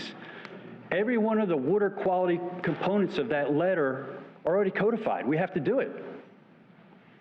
We are doing it. We're doing those things. The stormwater systems that we do now, and you can check my record on this last 3 or 4 subdivisions I've done, they're already irrigation reuse systems. All the stormwater is held on site and re-irrigated. Arabella subdivision, Lake Sapphire subdivision, Lake Sapphire West, that's what will happen here. And that was one of the things that Tim Glover mentioned, irrigating the stormwater. We do it now. It has to be done. So really, for the people that are worried about the river, that are worried about Indian River Lagoons and stuff, I give them a suggestion and do this, because I would too, and I will. Lobby our elected officials, because what needs to be cleaned up is our downtowns. The downtown city of Sebastian, Main Street from right here all the way to the river, it's got a stormwater system that goes directly into the river. No attenuation, no treatment. I know I did the park, I did the, where the boat ramp is. Downtown Vero Beach, along US 1, the industrial area along Commerce Avenue, Old Dixie, same thing. Right down 18th Place, right into the Indian River Lagoon. No treatment. This is the type of stuff that we need to be, you know, looking to. This is the type of stuff we need to do to clean the Indian River Lagoon, not new development. New development's already taken care of it. It's the old stuff. And the last thing I'll say is septic tanks. We're not going to do septic tanks here. We can't do them, and the staff is making it a condition. City of Sebastian's probably about 15,000 septic tanks, if not more. Indian River County Utility Department has got on their capital improvement program to come in and bring connect. Well, what's going to happen is when everybody finds out how much it's going to cost, they're going to hem and haw, and they're not going to want to do it. I say suck it up. Let's hook up the sewer and clean up our river. They're the type of things we really need to do.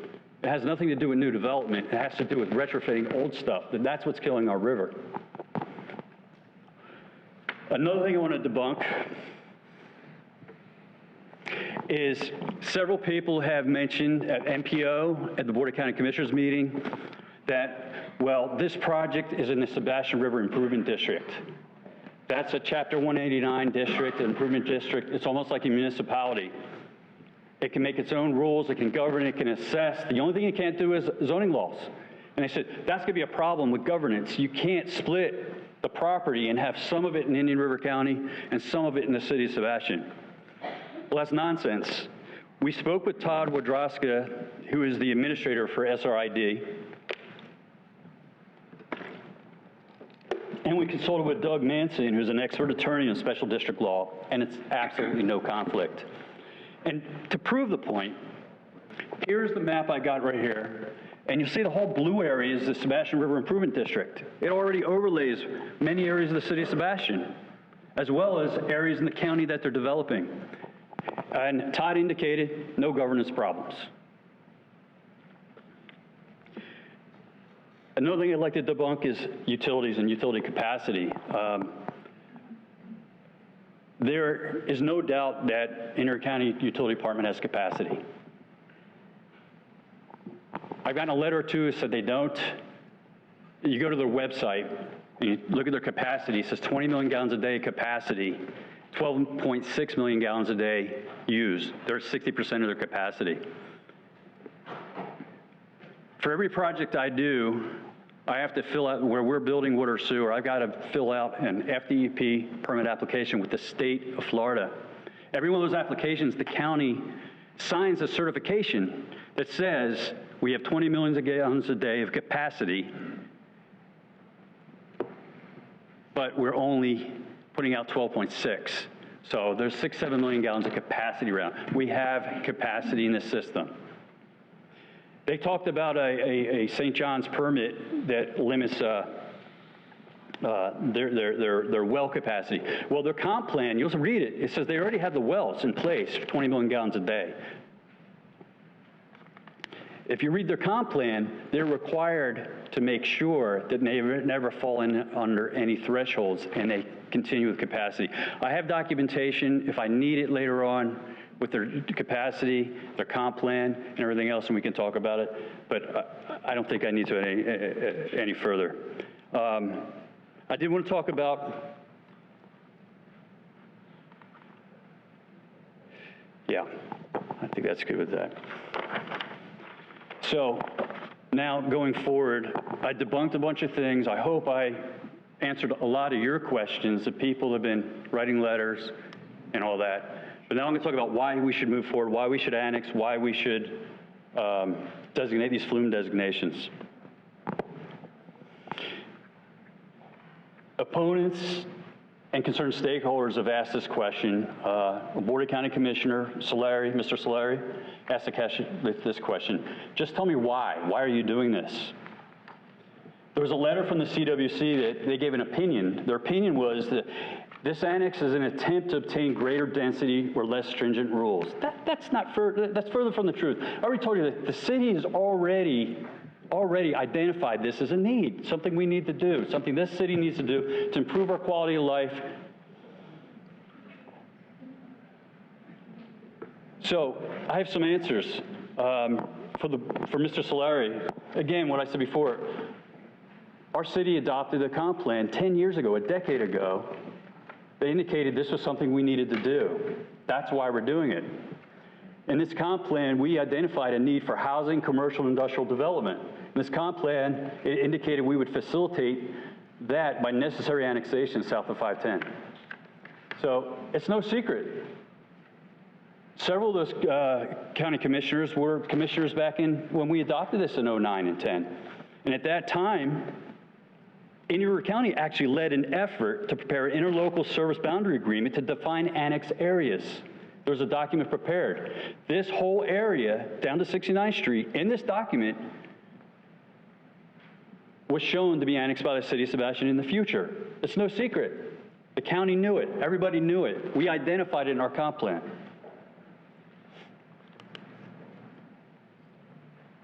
And then just another reason I think we need to do this, and I'm going to talk about, now that we're getting into like some of the land use elements and stuff like that, let's talk about the commercial.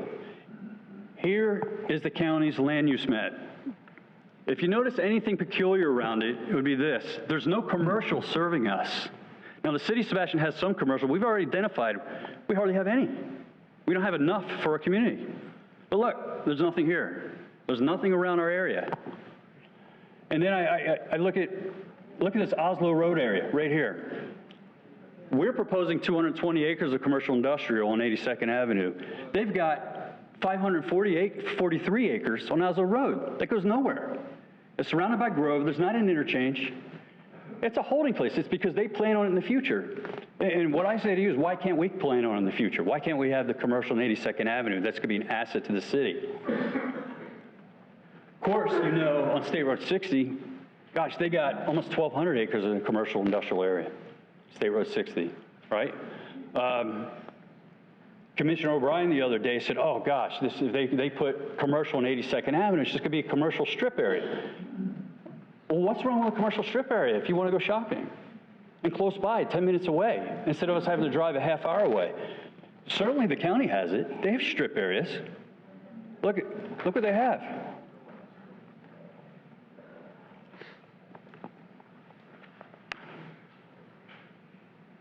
So again, we're only asking for about 216 acres. And I'll tell you why we're going to need that in just a little bit.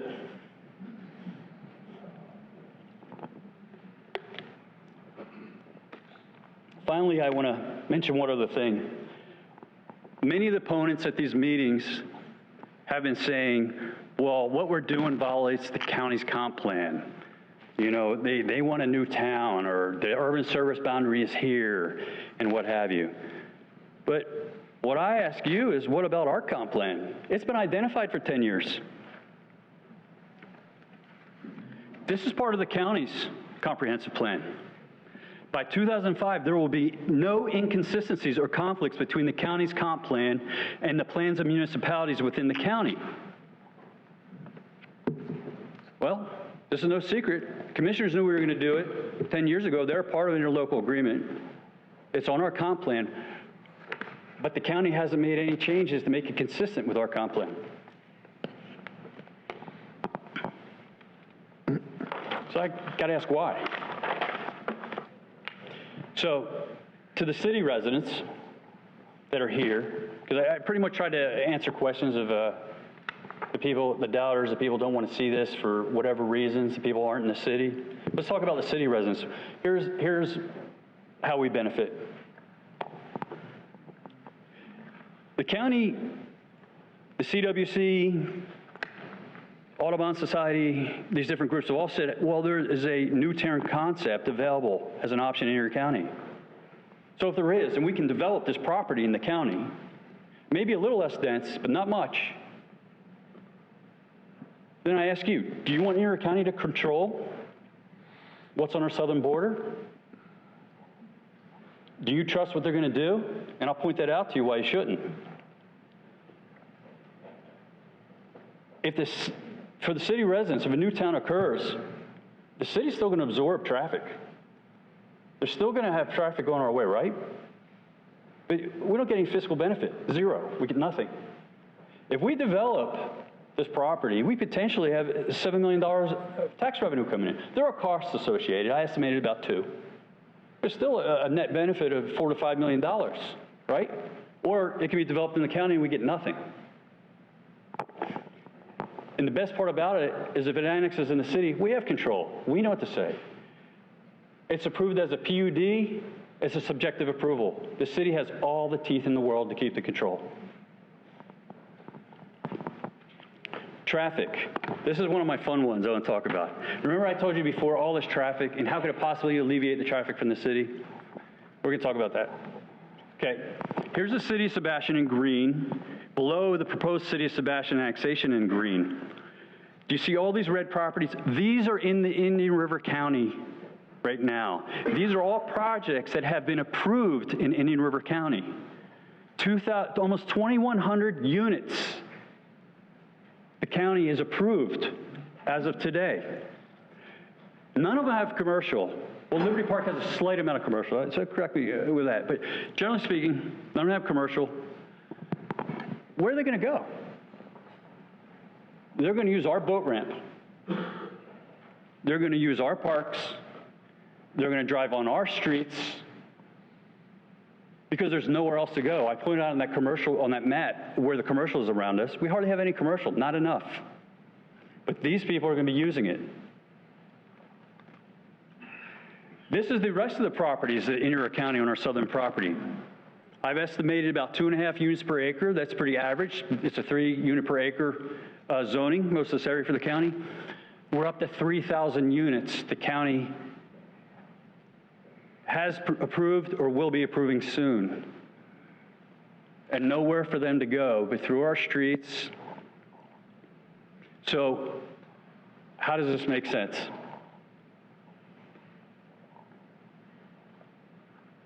You look at this map. Our annexation in the blue area in here, industrial commercial area. Well, what happens? And this is where I'm getting to. It's going to alleviate the congestion in our city. Those 3,000 units in pink now can go right into that commercial area to shop, to work.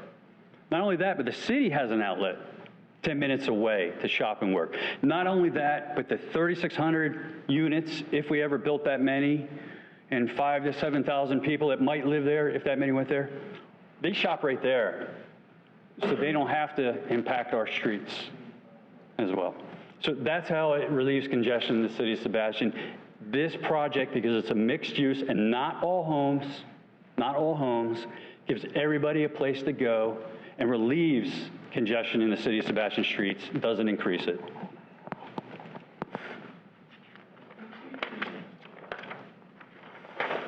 Now I'm going to talk about lifestyle. And people are saying, my gosh, 3,600 units. Well, our plan is going to provide opportunities for nearby business development and employment, retail, shopping, dining, alternative housing opportunities. So I got a couple rhetorical questions. I'm a city resident. I've been here for 29 years. Where do you shop? Not grocery, not auto parts, but where do you buy a car? Where do you get fishing gear, like at a Cabela's? Where do you get your clothing? Where do you go to the movies? Melbourne or Vero. That's a 35-minute drive.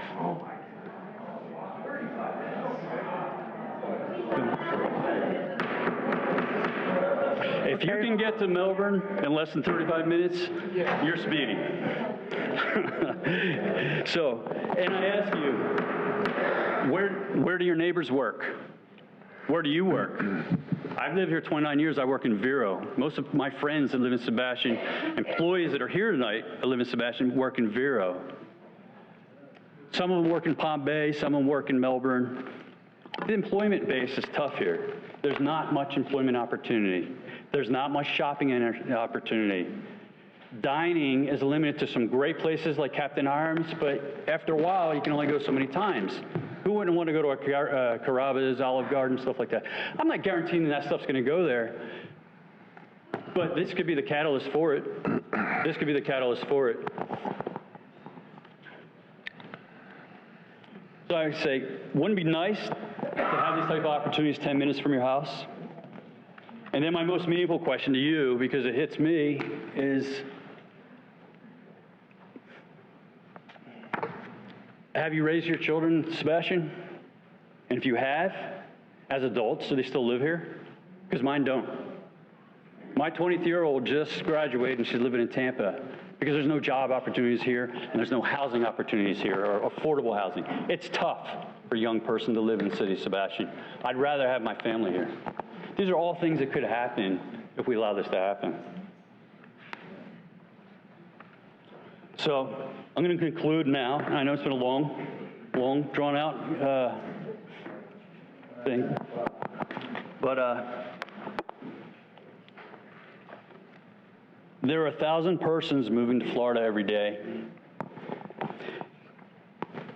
I would bet 90% of the residents in the city of Sebastian weren't born here, but moved here from the Northeast or the Midwest, and they're here now. And I think a lot of them probably talk to their friends up north and say, I found paradise, move down here. And encourage them to move. So we have incoming residents, and we need more space. We need more business development, and we need more employment opportunities and more housing alternatives. It's a fact. Newtown in the county is an option, but do we want the impacts without the revenue? I think the city should take control. They should annex they should assign these flume designations and acknowledge that the city has total control because we have to get a PUD approved, which is a subjective approval. It's a no-brainer. You guys have all the power, all the control. So I hope the residents and elected officials here, I've given maybe some more accurate information. At least I've explained to you that we've been through the process. It was not hastily done. We've met with staff. We've thought this out through and through. So hopefully I better explain the proposal, and I hope you can only agree that it will be a benefit to the city. Thanks. Okay, thank you very much. I don't know about you folks, but I need a break. So we're going to break for 7 minutes, and then we'll come right back here.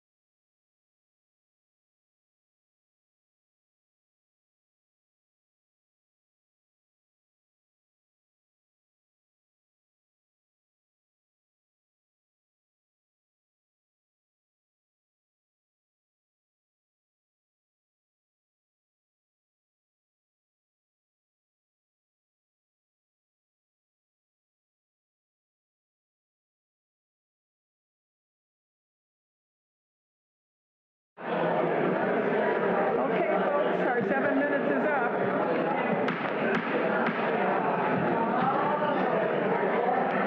I don't need this.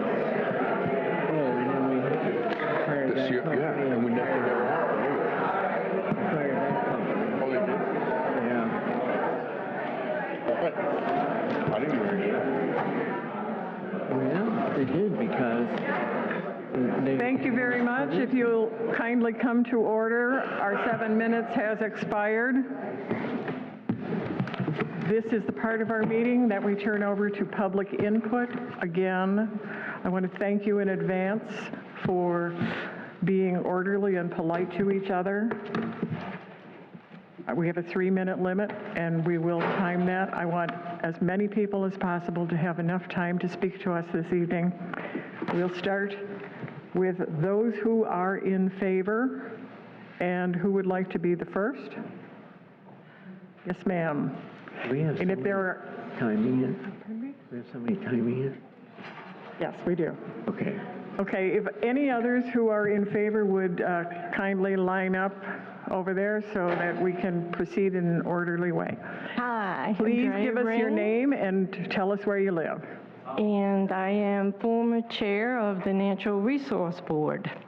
And I live here in Sebastian. Thank you. And I just want to ask if you do this to upgrade your standards to the Chesapeake Bay Act standards of water quality, so that the any development going on would have a higher standard of water quality.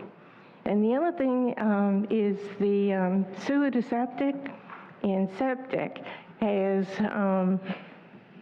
the Chesapeake Act Bay area does require you to have a self-containing septic system, so that when the water comes out at the end, it is clear water, and it can go right into the creeks or your water supply because it has been chemically cleaned, and they are the new septic systems, and they do meet the Chesapeake Bay Quality Act.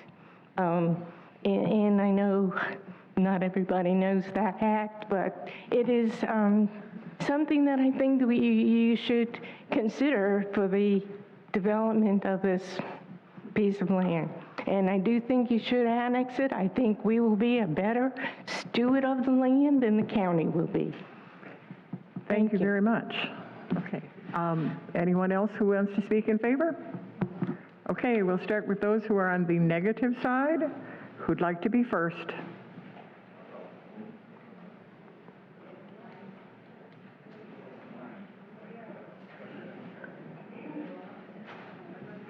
Okay, and if any of the others of you will just kind of form an orderly line on this side of the room, we'll take you as you appear, one at a time. Yes, sir, please give us your name and where you live. Good evening. My name is Rene Boisvert. I live off of Brook Edge Terrace. We've been residents here for going on 3 years. We love the small town, and that's what we like about Sebastian. And I'm representing also fellow citizens and neighbors. I have over 400, and I want to make your job easy, so you don't have to do any zoning. You're going to wind up not annexing. We don't want this annexation in here. We don't want Sebastian getting larger. But we understand development is something we're going to have. But when we're looking at something like this extent, the numbers doesn't jive. If you're going to have 3,600 homes, you add it up, 2.5 people per home. That's your population. Storage, all that's got to come in place. Then the other question is, why Sebastian? Yeah, I know the gentleman addressed all that, but I don't like the high-pressure salesman. I don't think I came from South Florida, and we live down there in cement jungle. I'd rather see the pastures and not cement them over. So I appreciate it. We consider the zoning and keep Sebastian smaller the way it is. That's why we come from all parts of the country. We love it here. We like to keep it that way. We understand if you're going to develop it, do it on a smaller scale And by the way, in the commercial aspect of everything, I see that there's a lot of vacant businesses around here that they can be on Main Street and use the Route 1, use that. Why build other businesses when you expect somebody to fill up a store? You got to have the people come in before that and then build a store. But I appreciate it, everything is going on, and while you work and I appreciate that you would consider that. Thank you very much. Thank you, sir. Next, please.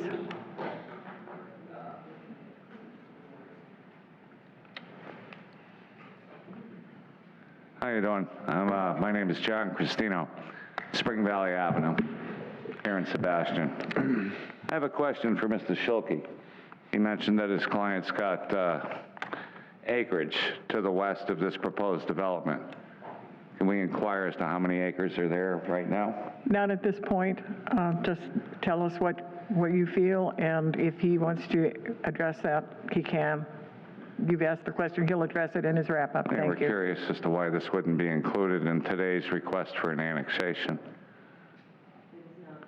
It's really not relevant. They're not asking to Okay. annex that property. We all also moved here for the small-town atmosphere of this town. Came from a small town, looked for a small town. We're here, and now we're looking at potentially bringing 50% more population. We can all get the bill of goods that we're going to have less traffic with all those extra people. Not all of us buy it. Be honest with you. We want you to take the local businesses that are here into consideration. And we're talking about bringing in, these other restaurants, or maybe another. We've got plenty of tackle shops, by the way. I fish. We've got some great places here. What are we going to do to our local businesses with an impact like this? Is it going to be beneficial, or could it be negative? We see a lot of small businesses close as towns expand. They don't meet the competition of a Home Depot. The local lumberyards all closed, et cetera. So we just want you to think about that.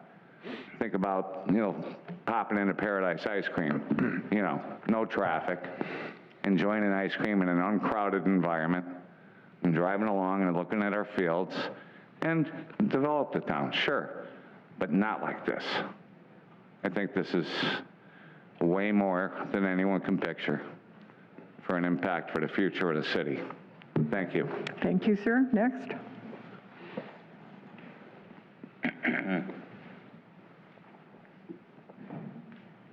Frank Casiglia, Sebastian.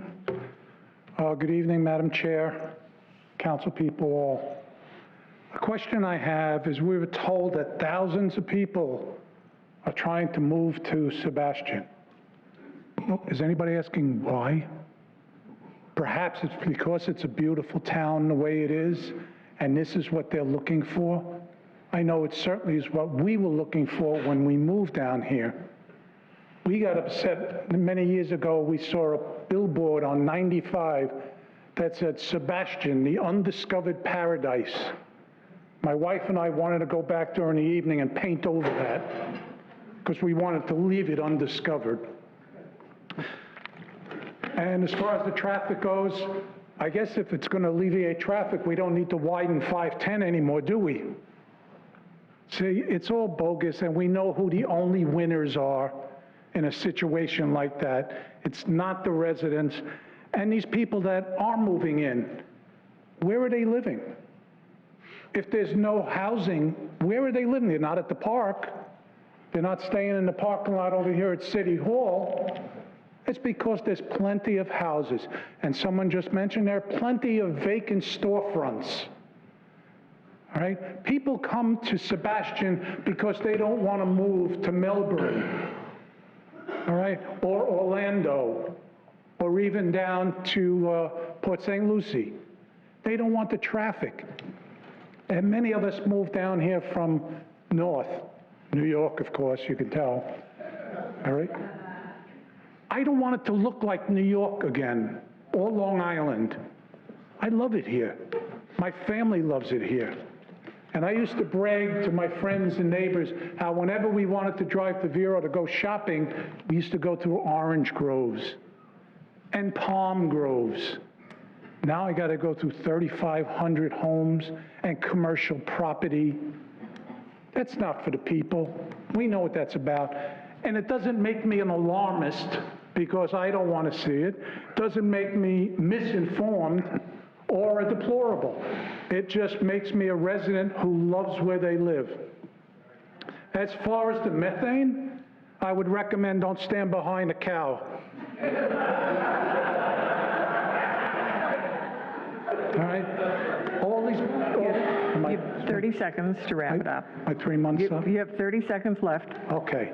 Despite of all the pretty maps and all the rhetoric that's been tossed at you and the promise of the city making money off of this, we put you there to represent us, to protect our city, your city.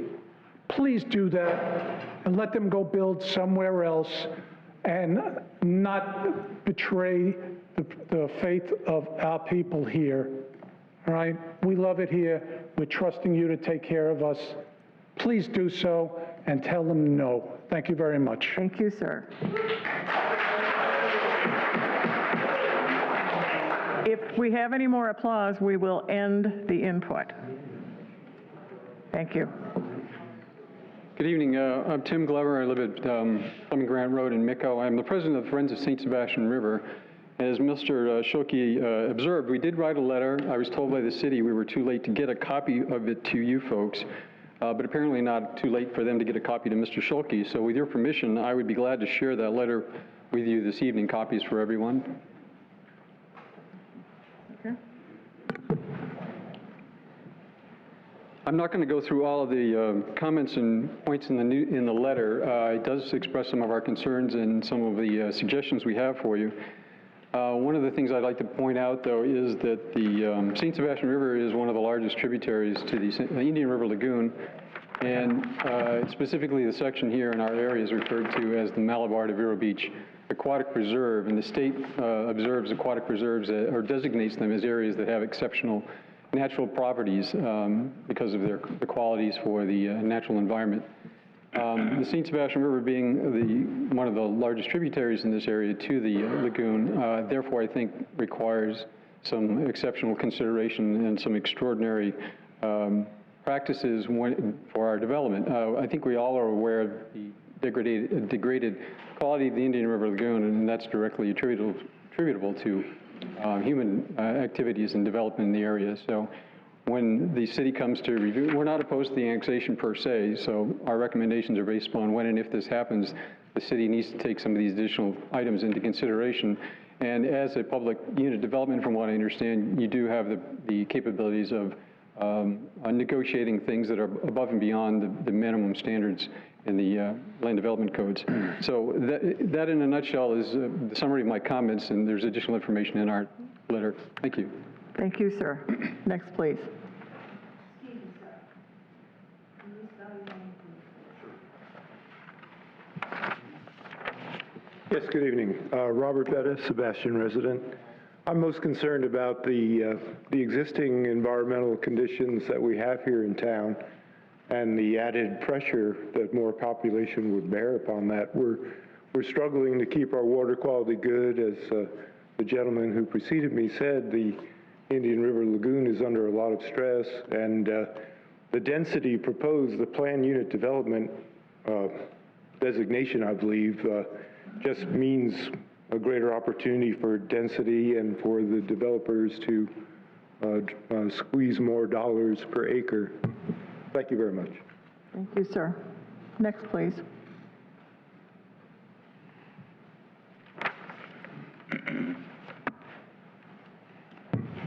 Sir, would you give me your name and spell it? Sure. My name is Audra Rigby. It's spelled A-R-D as in down, R-A, Rigby as in Eleanor. I have some grave concerns about this project. First of all, the gentleman stated that he spoke with everybody concerning this project, and I'm the president of the West Walbassa project. So I'm asking him to show me document where he came to the citizens of West Walbassa and showed them the benefit of this project. Because right now we are contiguous to that project. They're trying to become it, but we're right there. I heard him mention the golf course. I heard him mention Liberty Park, but not once did he mention Walbasso or West Walbasso. So I'd like to know the benefit that this project would have on that particular community. Number two, we have a great relationship, in my opinion, that I fought so hard with the county. Now, he didn't say he was going to put in septic tanks, but in our community, we're trying to put in a sewage system. We're trying to get away from that because now I get calls from citizens there saying that since we had 4 weeks of rain, their septic tanks are full. So I don't want to see that over there when we're fighting so hard to have a sewage system. So I'd also like for this Planning and Zoning Commission to make that a part of it. Have them come to us, the citizens of West Walbasso, not just Sebastian, because many times we thought that actually was Walbasso. Great Brothers Commissary was on that property. We used to go there and get our groceries. That's some history y'all don't even know about. But that's what it was. So many times we thought it was Walbasso. And for them not to come to us and say, hey, this is how it would benefit West Walbasso, I think is really a gross, just disrespect. Thank you very much. Thank you, sir. Yes.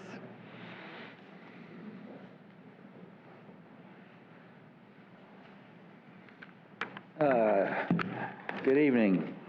My name is David Brown. Brown, B-R-O-W-N. 2 most common names I know of, except Bill Smith or whatever. I got a couple of concerns. One was the way the notice was put to the public in regards to making people aware whether they're for or against. Also, notice to Sebastian's residents and their review and approval of this project. A lot of this has come out of nowhere for a lot of us. And I think you were actually supposed to have the vote today, weren't you? And then you postponed it for the later. But I'm not sure about that. But a lot of the mailing was to the people that were concerned was missed. They didn't get the mailings. And the residents were sent only 400 feet from the annex point.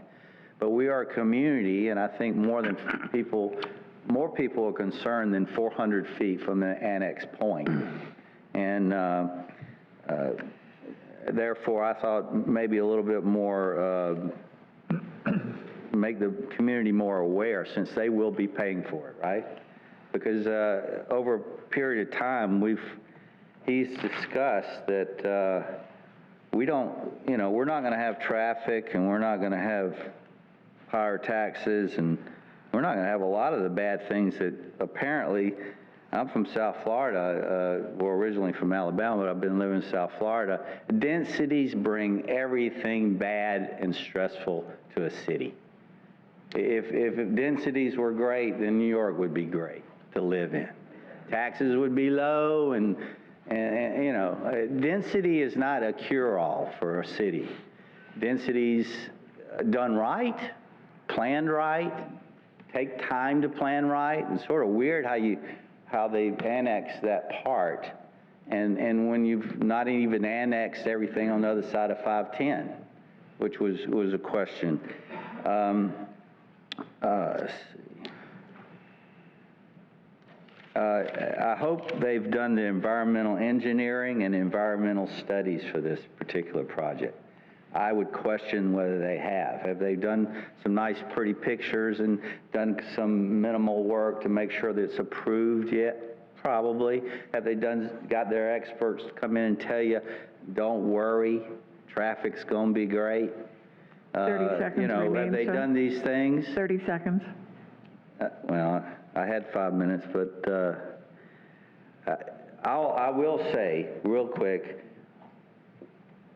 if you do, less than 4% is environmental, set aside for environmental purposes. That's not enough, in my opinion, for a Sebastian River it used to be the overflow of Sebastian River. And anyway, I don't have quite enough time to say. Thank you. Next, please.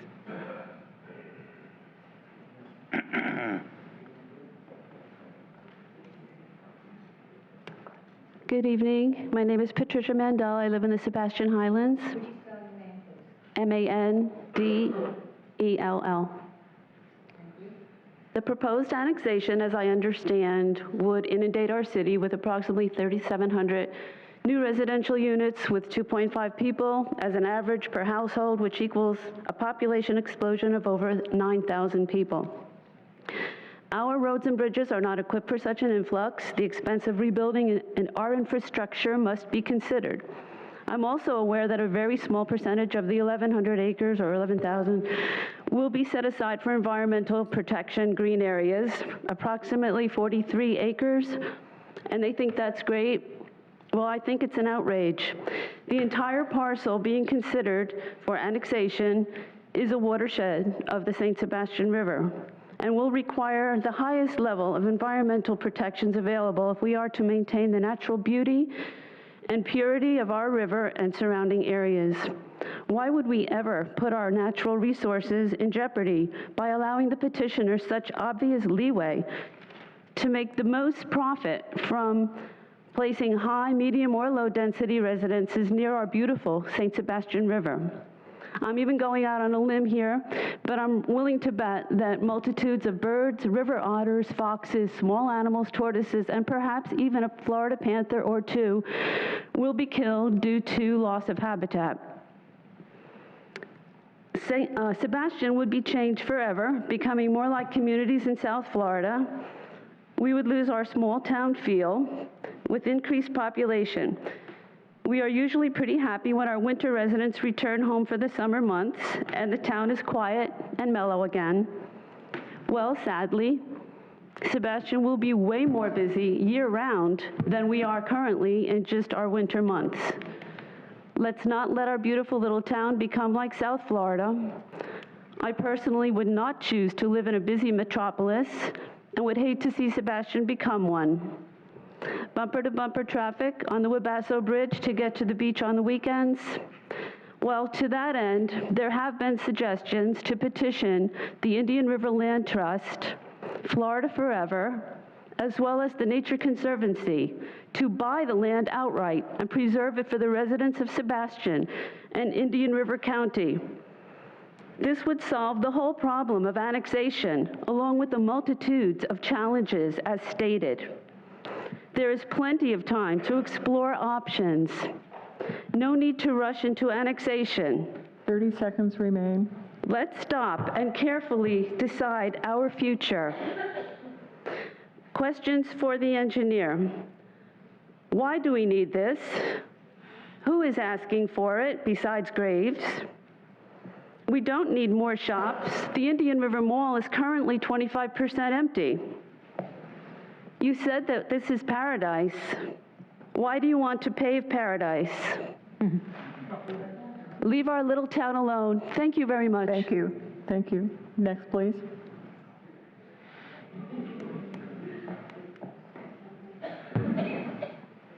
Hello, my name is Lisa Boisvert, and I live in the Highlands of Sebastian. Would you spell your last name? Sure.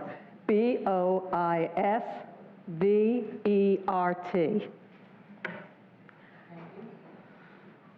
I think there are a lot of questions that have yet to be answered. How is this going to affect our hospitals? Are we going to have a bigger hospital? How is it going to affect ambulance response time? How is it going to affect our schools? Are we going to have to build more schools? Are we going to put up those portables? How is this going to affect the traffic? And yes, I heard how having all these extra people is going to make the traffic better. But somehow I find that less than credible. And if I find that less than credible, I have to wonder about everything else that was presented as fact.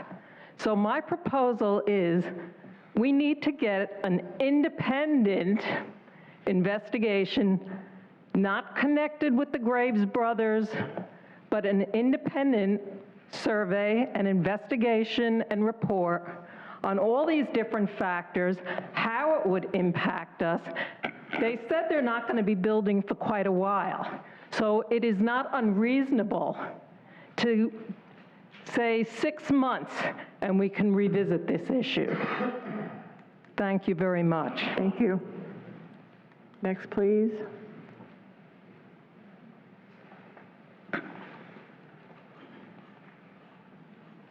Thank you for the chance to speak. My name is Jennifer Mina, M-I-N-A, and I live in the Sebastian Highlands also. Well, while I was standing in line, some people said some of the things I wanted to say, but the one thing I want to say is that one of the reasons that we love it here so much is the natural beauty. So every time you build a house, it creates what's called a green desert. It takes away the entire habitat.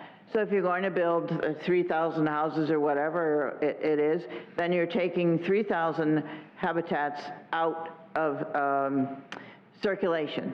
So everything that lived on those doesn't live in grass, and so that's all gone. The other thing that I wanted to say was, like, what about the police department? I mean, I like the government of Sebastian. It's wonderful here. The police department is excellent. I come from the north, and it has a good sense of community. I like the community government, like in New England. It's like a New England government. And so, but what's going to happen to the burden on your services? Oh, yeah, well, okay, fine. Stores, millions of dollars are coming in, but the town is going to have to bear the burden of all that.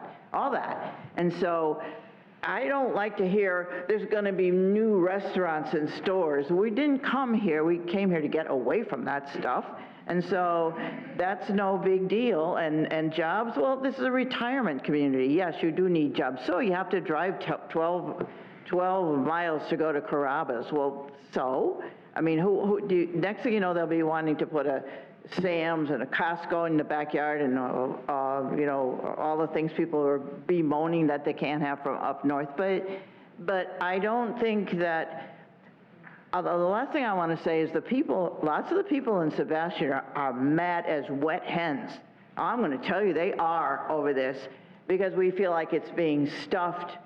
We feel like we don't have a say. And I know that's not true, but that's just how we feel about it. And I don't like to hear, I don't like slippery slope reasoning. I do not want to hear about how Sebastian downtown has got pollution, so this is going to be a pristine area of no pollution. That's called slippery slope reasoning. You can't look at things by saying, this is so bad, so we're giving you a wonder, because it's not true. And I'm really against this, but I'm glad I came tonight because I learned a lot. And now I'm even more against it. So thank you for the chance to speak. Thank you.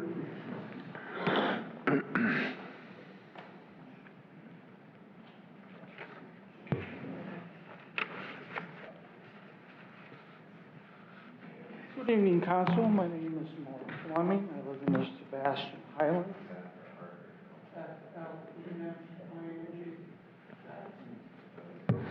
Excuse me, I think the other microphone works better. Okay, sure. Yes, the gentleman representing the applicant did start this quite a while ago, and so did the city participate. He is paid to be here. If the developer was serious to make concessions with this committee, he would be here. He wouldn't send a high-priced lawyer or attorney, or whoever he may represent, okay, to argue for his point and for his pocketbook. The applicant, the developer, they were at the city council meeting 2 months ago. They don't plan to come to any more commission meetings to hear you or any of your facts, relations. They hired somebody to do his work for them. This gentleman puts on a good resume for this application, but it's not for your voters. And Miss Maria Schiff, I'm sorry, your school district is going to be impacted the most. You're talking, they're saying 35,300 multi-housing. You're going to have to build more schools. You're going to have to, because there's going to be 30 kids to a class, and they have good education system here. You go overcrowding these schools, you got to find out you're going to have 2 elementary schools. You're going to have to build a second one to handle it and give the proper education. So think about that impact. The police officers were so stretched the other night, every single unit was out on a call. In Indian River County, the Sheriff's Department was also pretty busy at 54 calls. Now, if this project goes through, you're going to have to hire 10 to 15 more police officers. You're going to have to hire an additional 4 code enforcement officers. You're going to have to afford, and you're going to have home inspectors if you're going to have these septic tanks put in every year, okay? You're going to have to, because they have 6 people out there now, and they can't handle the work that you give them, okay? So your infrastructure duty is to keep Sebastian in the same priority as it is. But right now, if this goes through and you people decide you want it to go through, okay, you're going to be affected as well. Not just the voters, okay, but you people too are going to suffer the consequences on the infrastructure and the expansion of all this, okay? And I know my 3 minutes is almost up, okay? They hired a political opponent for the developer. My group has just hired an attorney, which we will be sending to the city council, okay? Thank you for your time. God bless you all, and keep that in mind, Mrs. Thank you.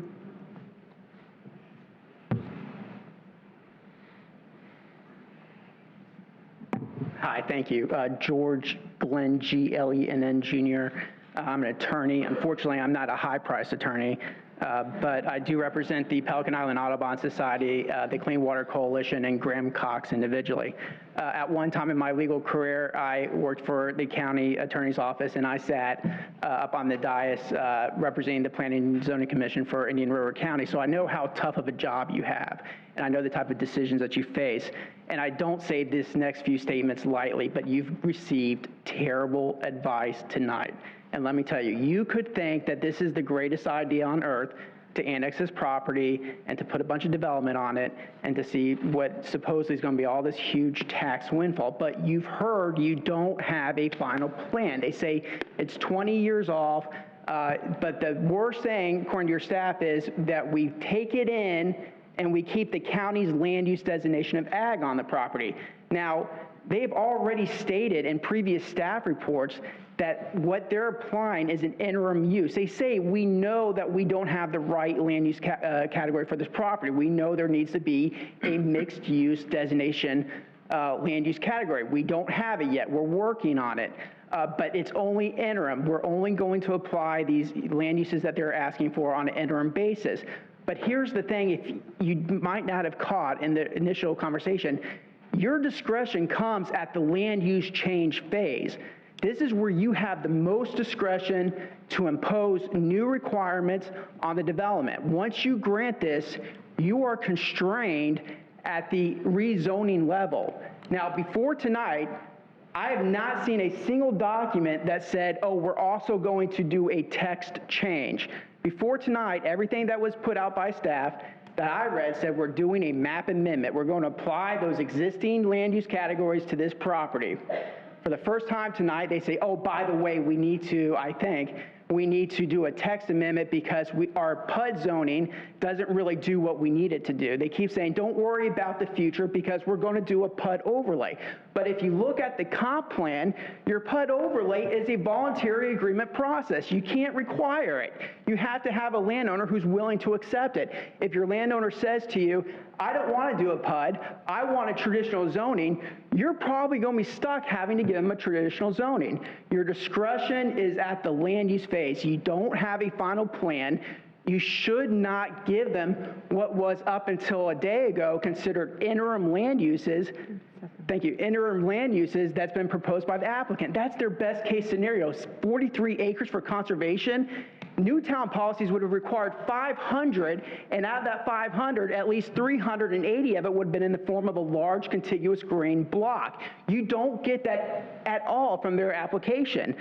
You have inconsistencies that I won't go in at this time. I'm sure your staff knows.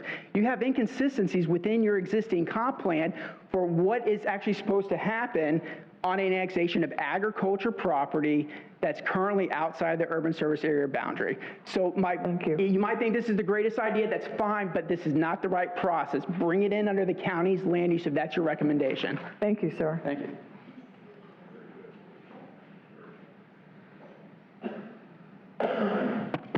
Good evening. My name is Carter Taylor, Taylor. I'm here representing the Clean Water Coalition of Indian River County.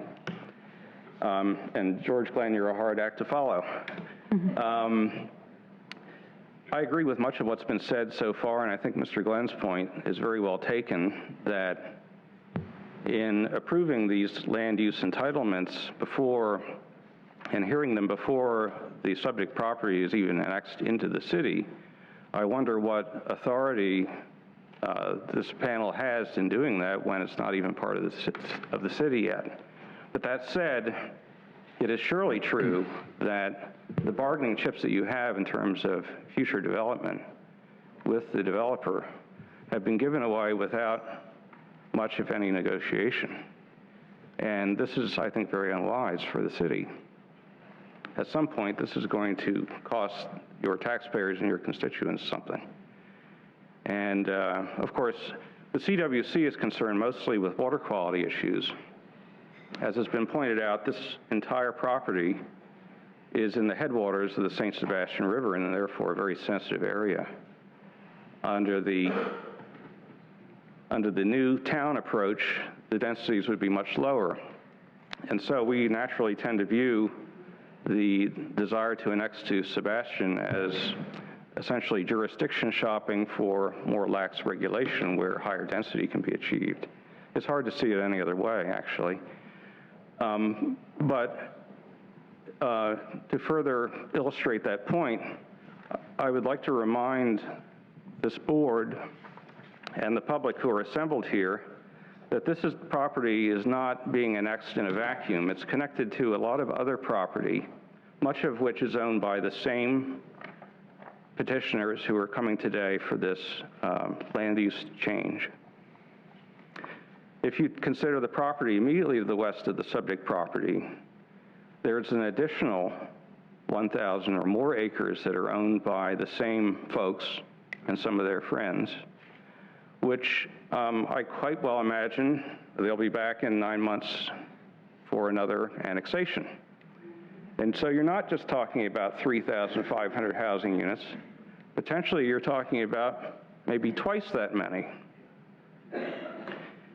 So, let's not pretend that that's not part of this, because what they've done is they've piecemealed together a series of annexations that in sum total will represent more than 2,000 acres before they're through, starting with that little piece with that little connector. Now, this has been tried before. 30 seconds, sir. This has been tried before in Volusia County specifically, where the municipality attempted to annex piecemeal one piece after another. And you know what? They ended up in the appeals court and lost. And your numbers look worse than theirs, and I bet you haven't looked at it. One more thing is about 10 seconds were spent on that flood map. And that tells you the true hydrological situation. That's all being re-rated by FEMA, and there's a huge amount of fills going to have to go in there to make that marketable land. Nothing's been said about it. Thank you. Thank you.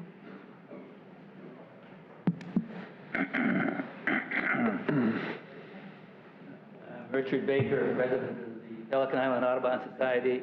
The other microphone. Pardon? The other microphone works. Thank you. Yeah. I'm Richard Baker, president of the Pelican Island Audubon Society, and I was here in May before the county or the city council, and when they had their first hearing on this issue in May, and I said, "Have you talked with the county? They've written a letter to you," and we haven't gotten any letter from the county. So how can they talk about getting a lot of approval, and you've had a lot of time to think about this, when the council themselves said they hadn't heard from the county? And the staff said, well, we got it only at 4:30 in the afternoon. The council hasn't had a chance to look at it. So this is a rush job. And the county has gone ahead and, with Amendment 1 funds, and bought ranches, got 2 ranches where we bought the conservation rights on, no building on these ranches. Sebastian ought to step up and get some funds and buy these ranches and preserve them. We need agriculture in there. So that would be Amendment 1. Going back to, they're saying we aren't going to have septic tanks, we're going to have sewers or some magic thing. Our sewers are failing us. All this poop, all this human poop is coming out and called B solids. That is being distributed in different places. It's being put on agricultural lands now, but it's coming from us. It's from us. We're going to put more people, more demands on the county sewer system. What is putting this B solid stuff in the landfill now? But they're going to reach a point where you can't put any more in. So all the Sebastian poop, human poop, is going to a landfill. You want to put more human poop into it. So the sewer systems are not working in our state. We're having a huge problem with that. And so I would go slow.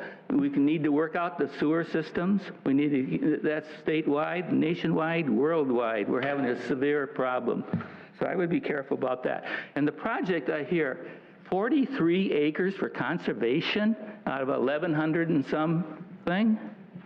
Now, if you look at the county, and George Glenn mentioned this to you, 550 acres is conservation in the county's town plan versus 4% of this is going to be in conservation lands. And this is around the most important river in our county. We need more time to think about this. When the county commissioner said we need to discuss that and have communication between the city and us, city council members have to talk with the county. That's not happening. And that should not be the way we do business here in Indian River County and the city of Sebastian. Thank you. Thank you, sir.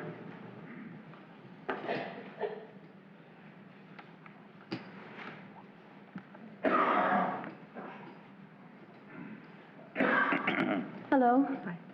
My name is Nancy Gomez. I gave her my name there. I don't want to spend my 3 minutes spelling my name. I live in Sebastian. I've been here for a long time. A couple things I would like to say is that I hope the documents that were presented here tonight will be online for us to review. We did have a difficult time viewing them and seeing them on the screen. Also, I know some of the gentlemen had questions when the lady here was making her presentation, and this gentleman was supposed to answer them. I don't know that he did address your questions. But I'd like to bring up a couple of things. First of all, if we look around the chamber tonight, yes, we are a retirement community, but there are both old and young people in this room tonight expressing their concerns. So we do have young people who live in this community. We have our children and our grandchildren that live in this community. And I'd like to know if all of the people that live here, and we have to drive 20 or 30 minutes to Melbourne or Vero to go out to dinner, who's complaining about it? When you tell your friends up north that you want them to move here because it's a beautiful area, are you complaining about a 20-minute drive to go to Carrabba's?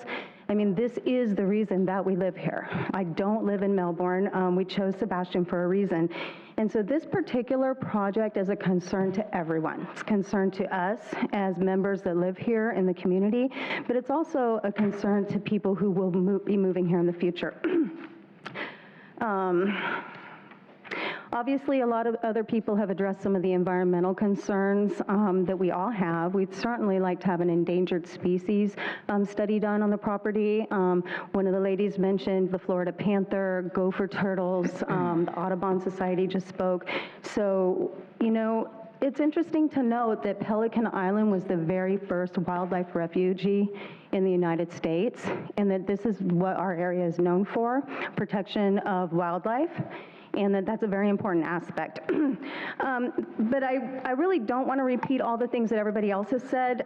Maybe one or two other people mentioned this. My main concern about this is, yes, the immediate effect that we'll have on our community, but the fact that we are asking to change the law with a .2 amendment is going to affect future growth.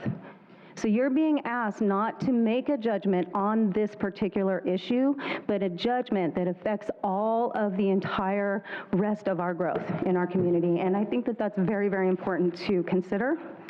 I think that's all I had. I wish I could give a few of my minutes of time to the attorney that just spoke, but thank you very much. Thank you.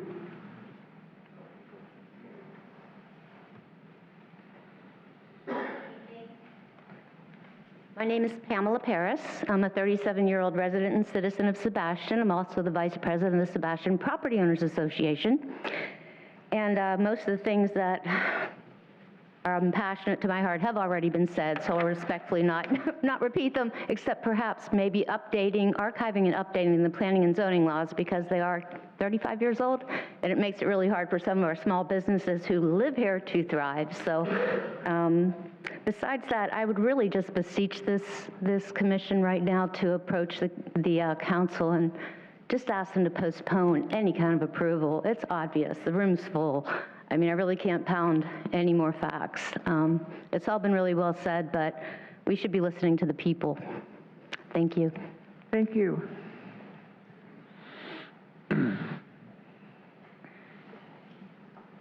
All right, good evening. I am Jason Brown. I'm the county administrator. Thank you for the opportunity to speak tonight. I want to thank all of you for what you do. It can be a thankless job frequently, and the pay is not great. So I thank you for the difficult decisions that you have to make. I wasn't quite sure whether to come for favor or oppose, because the county's not opposed to an annexation. We're opposed to it in its current form. We think that you should slow this process down, take some time to make sure you get this right. I do want to say, and I don't know if this has been included in your backup, it was just sent yesterday, but the chair of the Board of County Commissioners did send a letter to Mayor Hill, basically asking that you guys slow the process down, make sure we get this right. I just want to read a couple of sentences from the letter. On behalf of the Board of County Commissioners, I respectfully request that the Council of the City of Sebastian table making any decision on the annexation on August 28th. We would hope that the City Council would consider adopting an annexation agreement that could both address these issues and memorialize the framework for the annexation, while at the same time gaining the support of the community. The proposed annexation has the potential to change the future makeup of the City of Sebastian. We believe it is best to take the time to make sure that these changes will be a benefit for the current and future residents of Sebastian and Indian River County as a whole. So if you don't have a copy of that, I'd like to give you a copy of that. There was also a letter sent from the city manager of the city of Fellsmere today to the city manager, Mr. Carlisle. They're basically asking, they have listed their concerns and are asking that you do an annexation agreement to cover these. Why the annexation agreement? You heard from George Glenn about this is the time that you can get extractions from the developer. This is when you can get them to agree to certain things. You have less authority going forward. So what we believe that the city should do is have some of these put down in an annexation agreement. You can get them to make these commitments that they're not going to have 3.3 units per acre density. City of Fellsmere did this. They limited to 1.6 and something under 2 on a couple of their large annexations. You can limit the amount of commercial industrial. They talk about we don't have mixed use yet, so we have to pass this zoning with 2.5 million square feet of industrial. Well, you can put limitations. We can show you the annexation agreements from the City of Fellsmere that limited the amount of commercial and industrial space, requiring open space. In their large annexations, a larger annexation, they required 50%. Like Liberty Park and the new town, we would require 50% open space, far more than you're getting under this. I would say you're getting 41 acres of conservation. I think the wetlands are about 30 acres, so they couldn't build anything on that anyway, so you're getting an extra 11 acres. So I think that this is the time to slow this down. There's potentially 8,000 residents. That could change the face of Sebastian. Don't lose the character. 30 seconds. Yes, thank you. One thing I also want to mention is the water and wastewater. We're the utility provider per an interlocal agreement with the city of Sebastian. We differ that we're compelled to provide services. I think that's been acknowledged in the most recent statement. Mr. Schulke says we're permitted for 20 million gallons a day.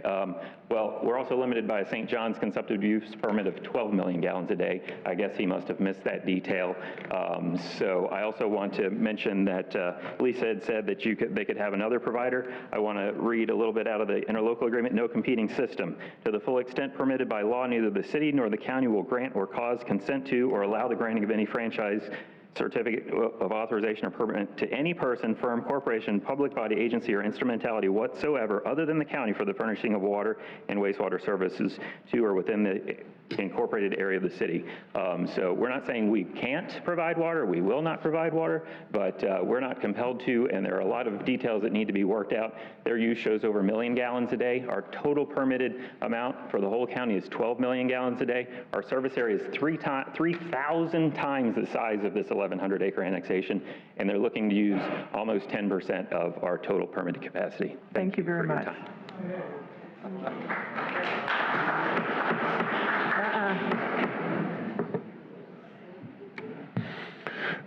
Hi, my name is Patty Kuhner, Kuhner, and I've been here 20 years, and I love it, and it has grown crazy over the last 20 years. So therefore, in 2009, when they planned for things like this may happen, maybe they didn't know that all this growth was happening, that would happen. And then also those other plans with 2,000 or 3,000 units coming to Sebastian with other developments. So I just feel that it should be denied. It's just too much. We're going to have 5 lanes in Sebastian. It's going to be like South Florida. And, you know, I wonder even if we turn it down, if they'll still do the new town, you know. But, you know, just whatever we can do to keep Sebastian to not be crazy. Okay? Thank you.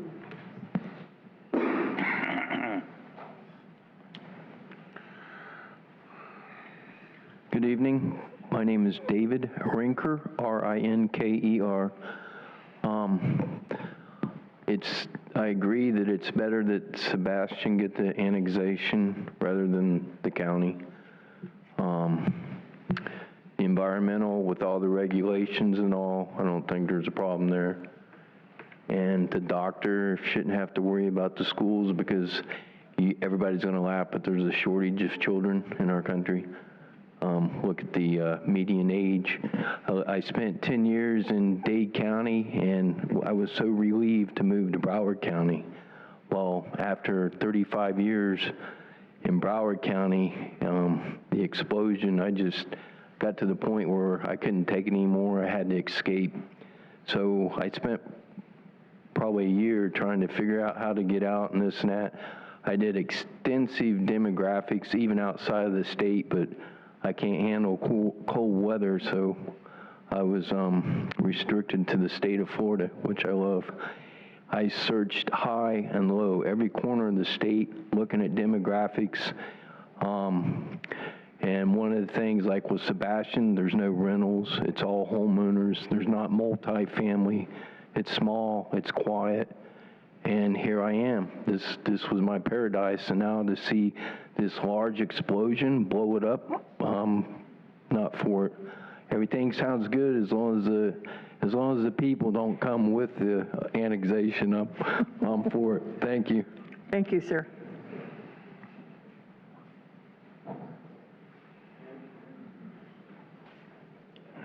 Good evening, Madam Chair, Chair people.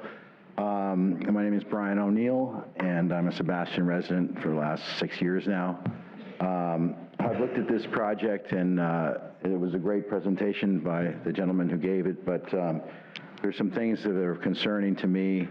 One is the plan for the city itself, the comprehensive plan, was developed 10 years ago in 2010.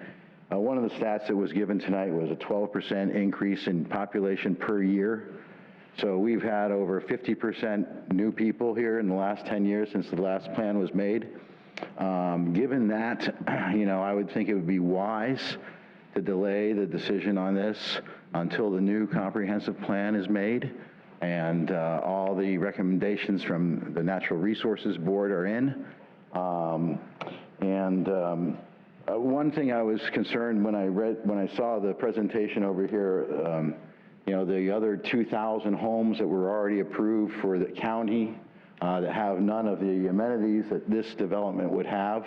That was kind of shocking. So I did 3,600 maybe, plus the 2,000 that didn't do the good planning like these gentlemen did. That's 5,600 new homes in this immediate area. That's shocking and certainly not, something that I want to see Sebastian become. I'll leave you with this quote from Chief Seattle. "Only when the last tree has died and the last river has been poisoned and the last fish has been caught will we realize that we cannot eat money." Thank you. Thank you.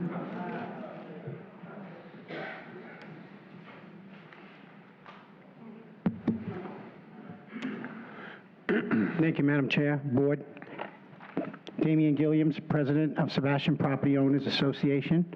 We can be reached at sebastianpropertyowners.com. First, I want to object to this hearing tonight. Under your rules and regulations for modifications, you were supposed to take a unanimous vote of your members. I noticed that one of your members said no. And to change your rules from 5 minutes to 3 minutes, you're in complete violation of your hearing. So if you're going to go ahead and issue hearings and do quasi-judicial hearings, this is your paperwork. It's very clear that you should follow your own rules. So you denied the public the right to speak. And You're chewing up your 3 minutes, so. Excuse me, ma'am, but please don't interrupt me. I didn't interrupt you. So with that being said, the point I want to make is very simple. This community, I've been the president here in Sebastian for the Homeowners Association. We've been in existence since 1962. Mr. Rigby over there from Wabasso made a very good point. Nobody approached us to come speak to our organization, nor any of the other organizations. That's not a good partnership. You must come out to the community, present what you're going to do, and get the input from the community. That's very, very important. Second, it is imperative, Lisa, from your planning department, indicated she's not an engineer. We need an engineer to represent us. We need a land development attorney to represent our interests. There were 2 attorneys that spoke very detailed tonight about issues that are a big concern. You don't go to a real estate closing or a purchase of a piece of property without proper representation. So the point I want to make to this board tonight is table this. It's going very fast. There's no reason for it to go fast. We need proper representation as a city and as a community. And without that, you're going to miss a lot of things. There was a great presentation by Mr. Schulke, and he did a great job. But there are so many things that are left off the table that we will not get a second bite at if it's not done professionally. It's imperative that we have proper representation to cover the environment, cover the transportation, cover everything about this project. And once we have the community with public workshops where we can dive into this and everybody sees what's going on, you will see that this is not good for the community. And I'm not against annexation. I'm a real estate developer and a broker. But it's got to be done right. You can't have a lot of density. You can't just have 46 acres of conservation on a big tract like that. There's more to this project than meets the eye. There's 1,500 acres that are coming into this community that you're not aware of. They're piecing it together. Okay, that's what they're doing. They started out with 60 acres. It's illegal under the guidelines, under your Florida Statute, Chapter 171, local government boundaries. They came in here with a small boundary. You look at the map. By the way, why didn't you let everybody see on the screen tonight what they were doing? So you're in violation of just your boundaries. We need proper representation. Time is up. And I Thank you thank this very board much. for doing a good job tonight. Thank you very much. Thank you. Thank you.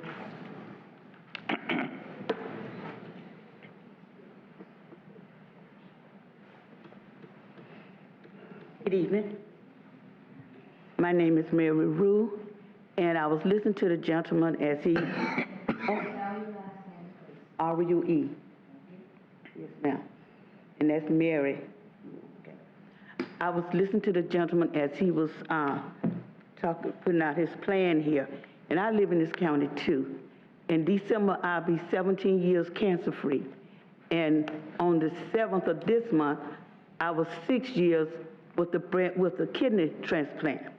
So that means I have to eat healthy and do things right to continue to be that way. So I like to grow a garden.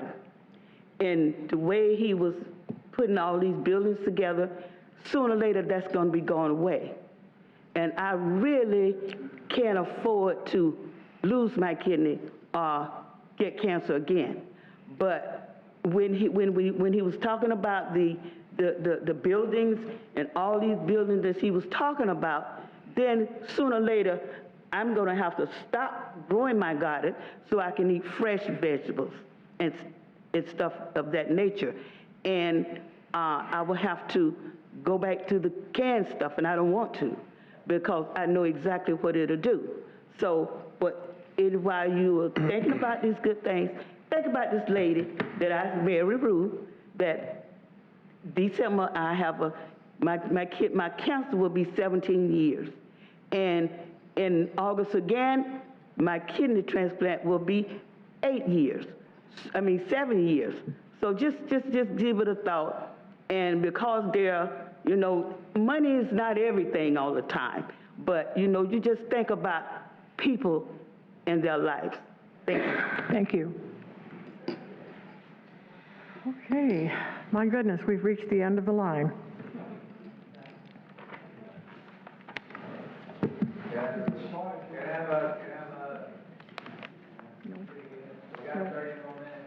No more. Okay.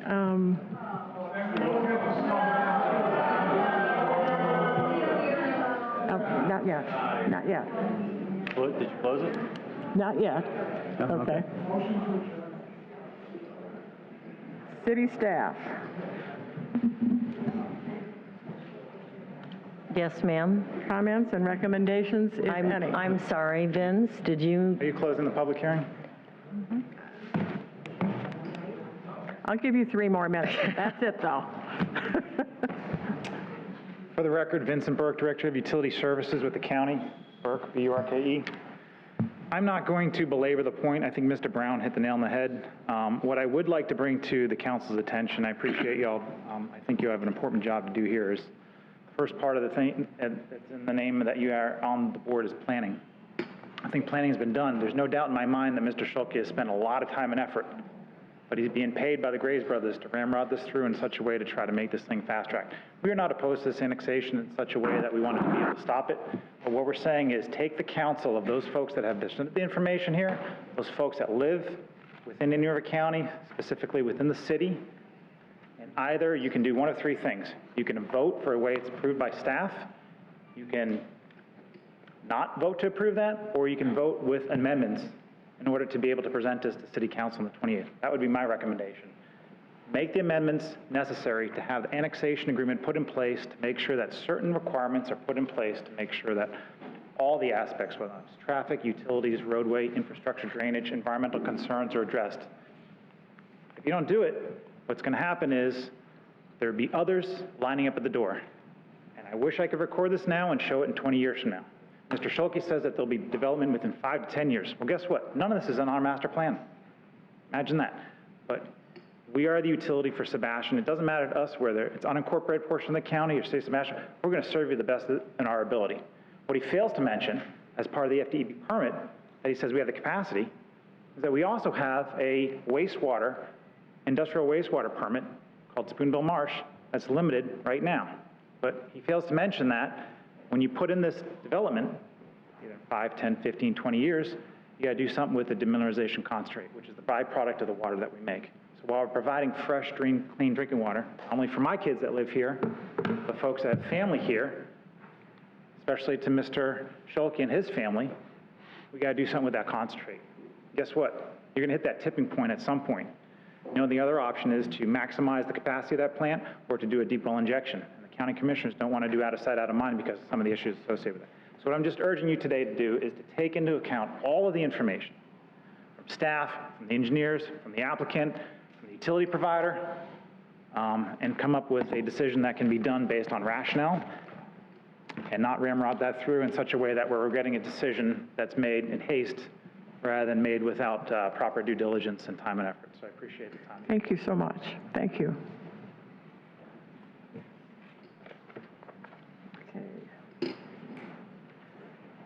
Good evening. My name is Albert Alvarez, and I'm a resident of Sebastian. I really enjoyed Mr. Schulke's presentation. It was pretty good. It was really informative. All the work that his company does and his colleagues are all really, they always do a great job. So I imagine they all did their homework. They didn't just come up with this project out of nowhere. So they've been researching. But one thing that no one has mentioned is the expansion of 510. And so the annexation in the northern part of it goes through 510. And this is a part of the MPO plan, the LRTP for the county, so the long range plan. And I mean, we all drive through 510. We see how congested it is, and it needs to be expanded. So with this annexation, if the city of Sebastian annexes it and then they change the zoning to be, was it commercial or industrial, that's just going to raise the prices even higher for the county, or I don't know, the county or the state to acquire that land to actually expand 510. So I think that's an issue that no one's been talking about, and it's pretty important because we definitely need 510 to be expanded, and that's really important for the county. And was it about 30%, not just important for the county, but about 30% of the people that actually go through that road are out of county. So it's a pretty important road for the adjacent counties with us, and just the annexation of it, it's just going to increase the costs, and it's just going to make it more difficult for us to finally get that expansion that we need. Okay. Thank you very much. And now we are finished with input. Thank you. City staff. Wrap up? No, nothing more to add? Is there any questions from me? I do want to bring the commission back to the point that you are making a decision on the future land use designations.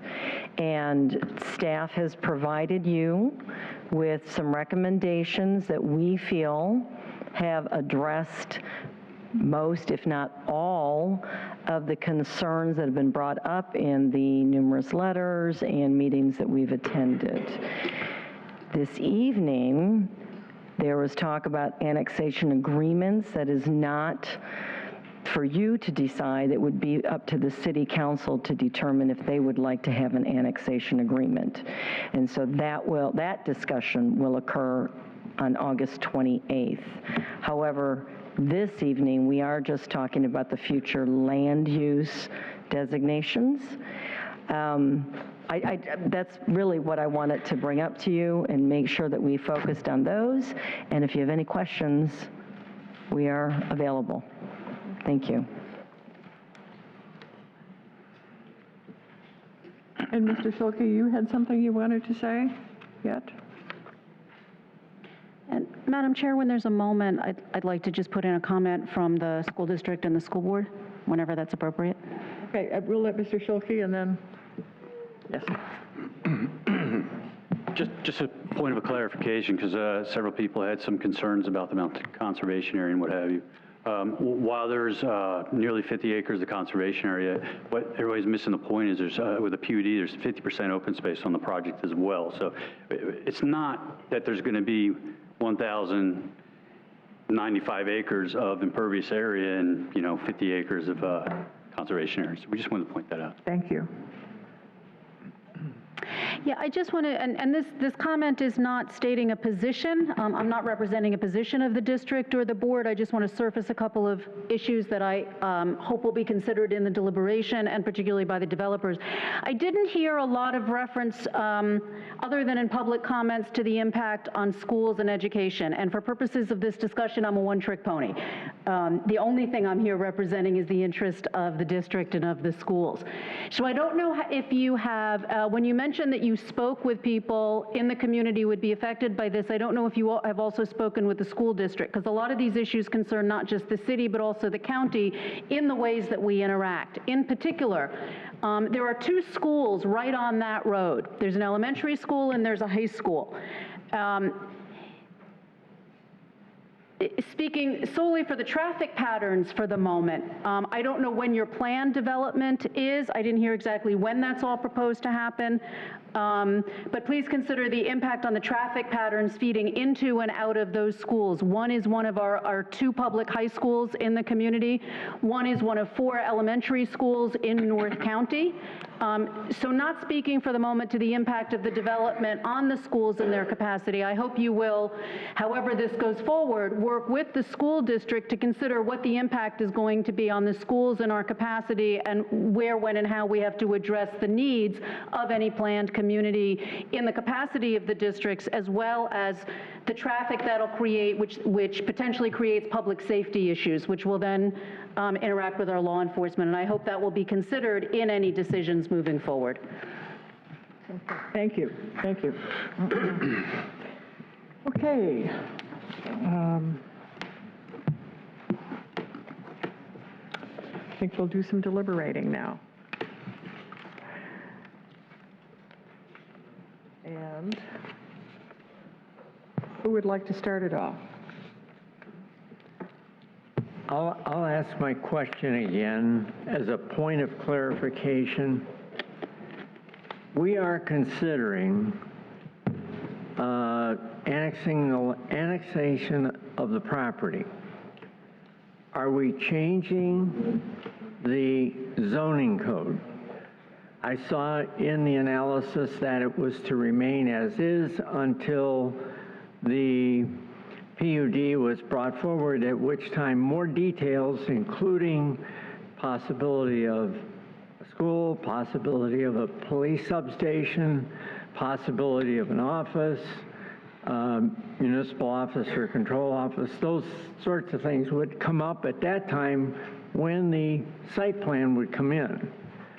So does the A1 agricultural stay with it now at this annexation vote tonight? Yes, sir. I know that there was a little mixing up of definitions in some of the presentations, but you are placing a future land use designation on the property. The zoning will remain agricultural. The current use of the property will remain agricultural for the time being. This is just the future land use designations. Thank you. I'll pass right now. You have no comments? No, not at the moment. Yes, sir. Nothing to say? I have some questions. As I looked and reviewed the recommendations by staff, it gave me a lot of questions. The first question I had, we got very short time to review this. This was given to us Friday afternoon. We didn't get much time to review it. Some of the documents that were presented to us, you can hardly read. They're so small. You know, I like documentation. I can see, I can read, I can understand. I didn't get that. The other questions I have, why are we in a rush when we have a new comprehensive plan coming out in a short period of time to annex this in? Why can't we wait for a new comprehensive plan? What impact does that have on the developer? That was number one. Would you like me to answer that now? Yes, I would. Okay, I'm sorry. I thought maybe you had a follow-up question. I'm going to go down my list. Okay. The applicant has requested a voluntary annexation. They have also requested that they do not want to annex into the city without a future land use designation. They would like to do that simultaneously. We looked at it as an opportunity to put controls on the property with these recommendations. That's really the simple fact of it. They want to annex in now. That is their right to ask that, make that request. They don't want to wait for over a year, which it will take, for us to get our comprehensive plan completed and then approved by the DEO. It's going to be probably 18 months to get that completed. So that's the answer to your question, to my knowledge. That was the first question. Second question, as I looked at the future and the land use presentation that you gave, it says, future City of Sebastian, commercial general, 112 acres, commercial limited, 10 acres. And I've brought this issue up before. When I look at the matrix, commercial, those two zones allow for more residential units, multiple families. And a lot of people are missing that. Townhouses, apartments, et cetera, et cetera. So it's not that we're going to get a great deal of taxes from commercial application. I don't see the businesses being there. I don't see it happening. What I see is what I've seen so many times by developers, where you have a loophole in your zoning that allows them to put more residential units in. I think that's a problem we have to face, and that should be changed.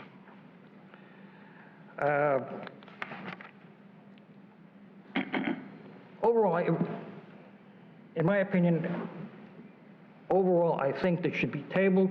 We should look at the recommendations that came to us, have a meeting, staff, have a meeting with the board. Let's get our ducks in a row and make the recommendations that we want to have there. That's all I have to say. Please don't do that. Please don't do that. I've got one other question that bothered me. As I looked at this, there was a number of $7,030,999 or whatever it was. Where did this number come from? How did they acquire this number that's going to be a benefit to this town? What about the cost that we're going to incur? Please, all of the maintenance, everything that goes into it for the expansion. How do they justify that we're going to obtain that much money? It's an arbitrary number pulled from the sky. Well, no, sir, it's not necessarily arbitrary. I didn't see the facts on it. I didn't see how they got to that. Okay. Very short period of time to review this. Okay. Is there a question in there? I'm just saying there wasn't enough data for me to make a decision to say this should go forth. I say it should be tabled and should go for review. Okay.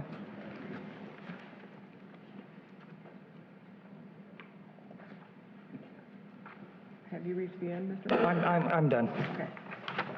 No questions. Okay.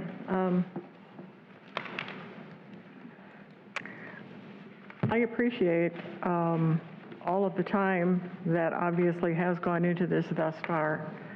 And I guess I should probably preface this by saying a few things about my personal deliberations.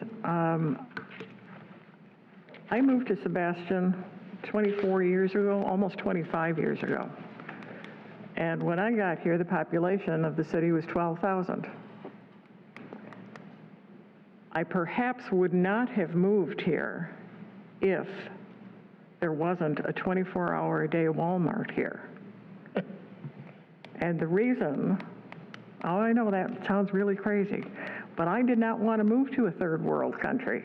I wanted services, I wanted schools, I wanted civilization, but I also wanted the beauty and the pleasure that comes with living in a small town. And I knew that if there was a 24-hour-a-day Walmart in a place that only had 12,000 people, and there was a hospital in a place with only 12,000 people, that there was growth that would come. I came from a small town, and I want to tell you that a small town is an attitude, because the small town that I came from was 90,000 people. And we all thought we lived in a small town because we were neighbors, whether you were on the north side or the south side. And I think some of the people who spoke to us tonight perhaps forgot that all of us up here are residents of Sebastian, and we care very much for it. We wouldn't be here. We wouldn't be I mean, I do have a few other things I could be doing until 10 o'clock in the evening on a work day that started at 7 a.m. in the morning. We do this as a volunteer, and it's our service to our community because we love our community. Change happens, whether we like it or not. The only thing that we can ever hope for with change is that we have some control over it. This particular piece of land is not going to go away. Growth is not going to go away as long as people keep having children, as long as people keep retiring. It is going to happen. Our only hope for having it happen in a way that we enjoy it is if it is within our boundaries, because we can only control what's within our boundaries. So, in my book, simply saying no is not an option, because that means I give the choice to somebody else. And I'm just too selfish for that. So that's pretty much where I stand on that. As far as the benefit weighed against the cost, I've been around a long time, and I know that there is no free lunch. I know that nothing is all benefit and no cost, but I keep remembering what my father used to say. I hear it often in my mind. It's just remember, honey, half of something is still better than all of nothing. And again, it comes back to that. If we don't have the control, we have no say, none whatsoever, about what happens on property that borders our city. And anything that borders our city affects our city. Anything. As for an annexation agreement, that doesn't fall within our purview, but it does fall within the purview of the City Council and the City Council. We give a recommendation to the City Council. We don't make the final rule. We give a recommendation. And absolutely, I'm sure that they will want to address that. One of the ladies who spoke tonight obviously was a business person, and she addressed very briefly the fact that she would like us to update planning and zoning laws because it's tough to do business in the city of Sebastian. That's what we're trying to do. That's what we're trying to do. There isn't anything that happens that when we think we've got it all figured out, it changes. I never thought that this would be a handheld computer. I never thought that I would be able to FaceTime with people halfway across the world in my hand. And I don't think anybody else in this room ever thought that either, but we do it now on a regular basis and we don't think about it. That'll all change again, folks. Everything changes. Planning is always based on ifs. If everything goes this way, this is what we'll do. If everything goes that way, we'll do something else. I planned to live till I was about 135, but my doctor told me last week that's probably not going to happen. So I'm going to make another plan. And I just feel that we work real hard at trying to do the best we can. We've always done the best we knew how to do. And when we knew better, we did better. And that's what this is all about. We know a few things now that we didn't know 10 years ago. We know more things now that we didn't know 20 years ago. And I can guarantee you, I was here when we did the last comp plan. And it was wishful thinking. We all thought we were making wonderful plans. Half of it has been, probably half, maybe a little less, has actually been put to use. We review that every 10 years. We update it every 10 years. And we're always trying to predict what's going to happen in the next 10 years.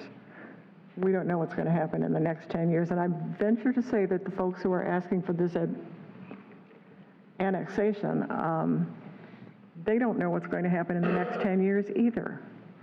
But they're making the plan based on what they do know today and reasonable projections, and that's what we need to do too. So now I've said my part, and if we have nothing else to say about this, then we need to have a motion.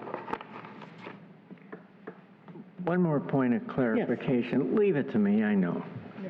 I count on you for this. When we're talking about the zone classification staying the same, it's going to change. But in the staff recommendations, there's really no comment as to time frame or anything like that. There is a paragraph on page 4 of your analysis under G, which is 3G, that specifies what Mr. Monti was talking about, the number of acres in the different classifications. Is that, and I'll ask that of the city attorney, is that something we should include at this point? Those recommendations, is it necessary that we include those number of acres in each of the categories there? Or is it not imperative? No, because what's in front of you, that, and again, as Ms. Frazier said, any changes to zoning will come later, and we don't know when that will be. Right now, we're just talking about amending the comprehensive plan, putting a future land use map, which is part of the comprehensive plan. We're not talking about annexation, and we're not talking about rezoning the property. It's just future land use. So future land use is always the big picture look, as Ms. Frazier said, the 30,000-foot level of just what is potentially could go in there and in what categories. And then when it comes time to look at specifics as to what will be there, that will be when a zoning application will come to the city. And I just want to be perfectly clear, but you just said there will be no annexation, and it does say annexation in No, I didn't say there wouldn't be an annexation. I'm saying this commission is not voting on annexation tonight. That is not within your purview. No, I understand that. Council will do that. You're voting on the future land use map. So that's what I was saying, is that we're not talking about whether the property should or shouldn't be annexed in. We're not talking about what the zoning category should be. We're just at this point talking about what the future land use map should look like. And that's what's in front of you. So what's changing then? Is it what was I just mentioned in item 4, or on page 4D, the uses? The future land use map is what you're considering. The zoning is going to stay agriculture. Agriculture is, for lack of a better word, an overlay zoning that can go over any number of categories. Right now, it's zoned agriculture, and it will stay agriculture, regardless of what you do, regardless of whether it comes to the city or not. That's fine. Ms. Frazier, the staff clarify report if I'm not mentioned telling- annexation. That's why I brought it up. So if we refer it, then city council will look at it and annex it if they think it's appropriate. Correct. So what you're asking on page 4 of the staff report, sir? Yeah. Is that what you're referring to? Where we have the paragraph of the requests for changes in the land use that are associated with acreages? Correct. Correct? Those acreages and those land uses will be part of the map amendment. Correct? Okay, legally it does not have to be considered now then, is what you're saying. No, the acreages do not, no, sir, no. But Pardon me, it's just a little bit confusing. I want to make darn sure whatever we do is right. I appreciate you getting clarification. Those acreage numbers off in the color. Right, and that's what Mr. Carlisle is stating, Mr. Roth, just for clarification, is that, for instance, the commercial general zone on the map constitutes 112.3 acres. So the map basically gives the area of the future land use. Does that make sense to you? Thank you. That's my point. Okay, thank you. Thank you.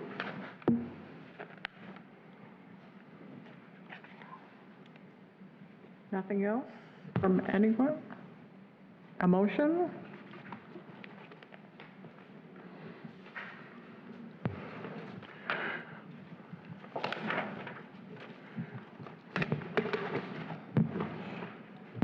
Nobody's going to do it, are they? I'd make a motion to table it until we can get more discussion on this. Is there a second? Before we go to the council with it. Is there a second to that motion? Yes, I'll second that motion to table this for future. This is too big and too dense to Okay. make this quick decision, especially we don't have a updated comprehensive plan or anything. I think they're going to have to identify what they want. And we'll take a roll call vote on that. Mr. Roth, No. Mr. Alvarez, I recommend tabling, so I would say no. Wait a minute. No. You just voted against what you recommended. Tabling this right now, I'm sorry. So I'll say no. No, that'd be a yes. Okay. So, but the motion is to table it, right? So you're gonna So vote yes, yes. table it, or Yes, no, don't table it. Correct, yes, table it. Sorry for I'm sorry, no, thank you interrupting. for the clarification, yes. Mr. Eugen, Yes. Mr. Motti, No. Oh, I do want, I'm sorry, yes. Yes, table it, please. Mr. Carter, That's what I wanted. Yes. I heard it wrong. Ms. Cottenberg. Yes. It's unanimous. No, it's not. No, I'm sorry. No, I voted wrong. I meant no. Okay, you're voting No. no. So it is 5 ayes and 1 nay. Correction. I voted no. Okay, let's run through it again, okay? We're going to Madam start. Chair? We're going to start it. If I may, this commission has an affirmative duty to either provide a recommendation or not provide a recommendation. If you're going to table it, you have to put on the record specifically what it is you need. We just had a 4-hour hearing on this, and if you didn't get enough information in a 4-hour hearing, you have got to direct staff specifically as to what you need. In addition, Madam Chair, I would ask that I'm addressing this commission as your counsel. I'm not addressing the public right now. Okay? So if anyone else hollers out, I would ask that you gavel them out of order, please.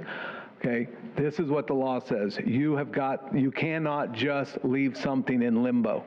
If you're tabling it for more information, you have got to direct staff what more information you need that you didn't get in tonight's presentation. Because staff cannot guess at what the commission needs. So that needs to be part of any decision to table. You have to direct staff specifically what you need. And that would need to be part of the motion? Yes. Yes, you're also at 9:30, so if you want to continue this, you need to extend your meeting. That's right. Okay, before we can go any further at all, we need to have a motion to extend the meeting for 30 minutes. Yes, I'll have a motion to extend the meeting for another 30 minutes. And I'll second it. Okay. Voice vote on that, please. Roll call vote on that. Ms. Cottenberg, Yes. Mr. Motti, Yes. Mr. Eugen, Yes. Mr. Carter, Yes. Mr. Roth, Yes. and Mr. Alvarez. Yes. Okay. 30 more minutes. Okay, If needed. if needed. Yeah. All right. If you could clarify for me, the motion To table must include what is lacking, what we need? Right, you're asking to table it, which means this commission is not going to either recommend approval or disapproval. Okay. Which means that this item remains in limbo. And you're saying, I heard when it was motion to table that, we need more information. Well, you've got to direct staff what it is you need. Because staff cannot guess what's needed. It has to be specific. Thank you. I absolutely appreciate that, and I get that. Do we also need to table to a specific date? Unless we're going to re-advertise. I mean, the law says if you're tabling this, you table to a date specific. Otherwise, the whole item starts over again with notices going out, mailings going out, and everything. So yes, if it's going to be tabled, I would say table it to a date and time specific. Okay. And I guess I have one more question. If we do not send a recommendation to City Council, does this still appear on the City Council agenda and they act without a recommendation? You're saying no? I was looking in Muni Code right now to see if our code specifically states it. It'll still appear. It'll still appear. This commission doesn't have the ability to thwart the City Council in their duty. So if this board never wants to vote on this, that will be deemed a recommendation against, and then the City Council will deal with it as if it was a recommendation against. I mean, you can't stop. This commission has no ability to stop the City Council from hearing this item. Thank you. That clarifies it for me. Okay. Mr. Mahdi, do you want to restructure your? Trying to get my thoughts together on this.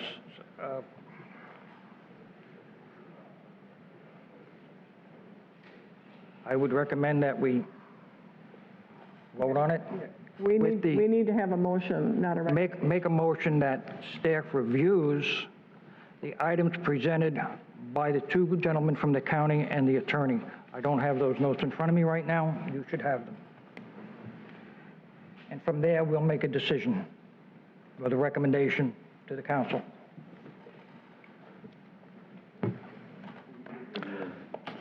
Yeah, I'm not quite understanding. I mean, that.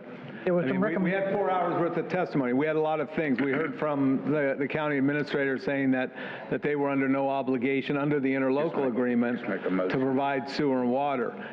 That document doesn't say that. That document specifically says that in the interlocal agreement that they will provide sewer and water to everything within the corporate limits of Sebastian. Once the council, should the council choose to annex this, it would be within the city limits, and they would have no choice but to provide sewer and water. But that's only one of 4 hours worth of independent and somewhat disjointed comments. So it's just saying we want you to come back and report on the items that were said without identifying what those items were really doesn't help staff. Just to ease the pain here. I'll make a recommendation. No, excuse me, we're not taking recommendations. I make a motion. And to ease the pain, I'm going to make a motion. Okay? I move that we recommend to the City Council to approve this. Okay, just so you know, you do have a pending motion right now. There is that pending motion that was made to table with no further information. So, before making a new motion, that needs to be withdrawn. Okay. I will amend my motion. Okay. Not to send it to the City Council. Completely undo your original motion. You have to vote to change the original motion. What's he saying? Okay. You have to take the original motion off the floor. You have to rescind it, and am I correct? If you want to. Yeah, it either needs to be voted on or withdrawn. Been voted on. They voted to postpone it. You said they had to give us more information. So if they need to, if they want to do something different than postpone it, if they want to postpone it with conditions, they need to undo that motion. They need to vote to rescind that motion and then take up another vote, correct? Or leave it stand. Am I wrong? No, there was, yes, you're right. You took a vote. Obviously, it was clear because you were getting ready to call for a new vote because It was nobody unclear. understood who voted for this or not. So either that motion to table, which everyone entered a vote, although I'm not sure if the clerk knows who voted for what, if we, either that needs to move forward or that needs to be brought back to the table in order to be withdrawn and to do something new. Well, I've told them 4 times what they need to clarify, so. Who can withdraw the motion?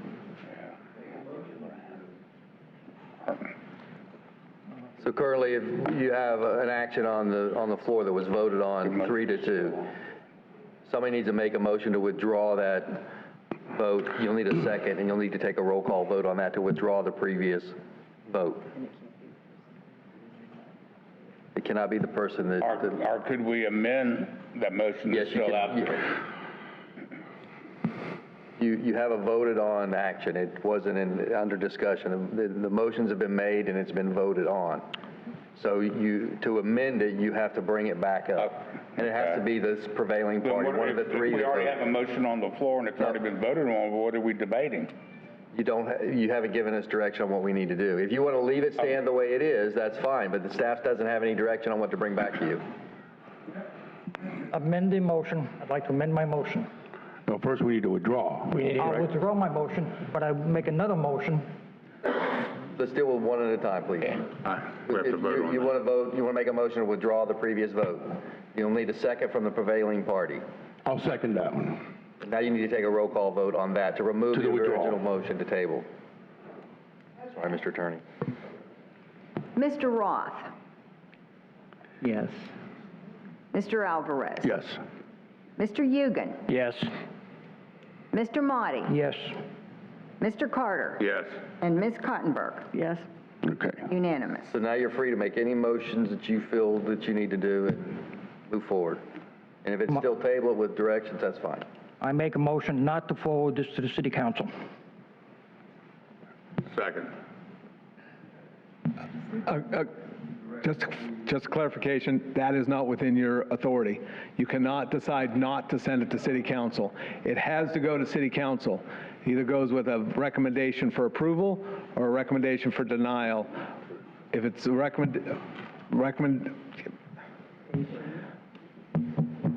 one of us have to do this, okay? Recommendation for approval, recommendation for denial, and the reasons for your recommendation if it's a recommendation for denial. Just not sending it to them is not an option. My recommendation is to deny it. I do not have enough information. That's it. I'm not going through this anymore. Unless you can make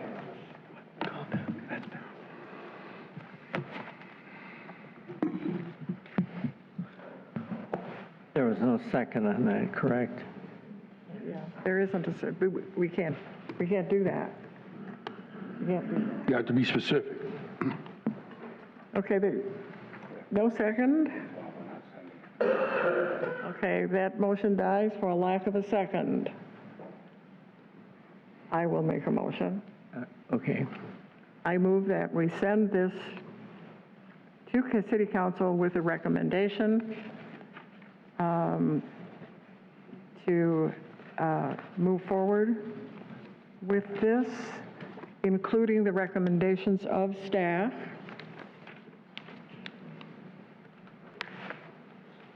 And I can't read your handwriting. That was it, with staff. With the recommendations that staff has made.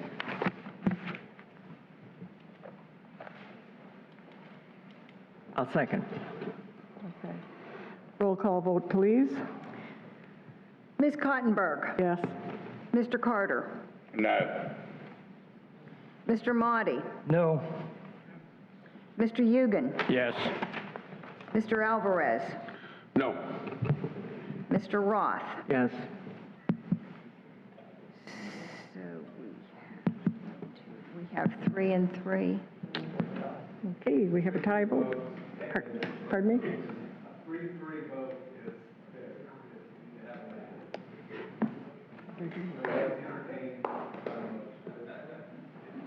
Okay, we have to entertain another motion.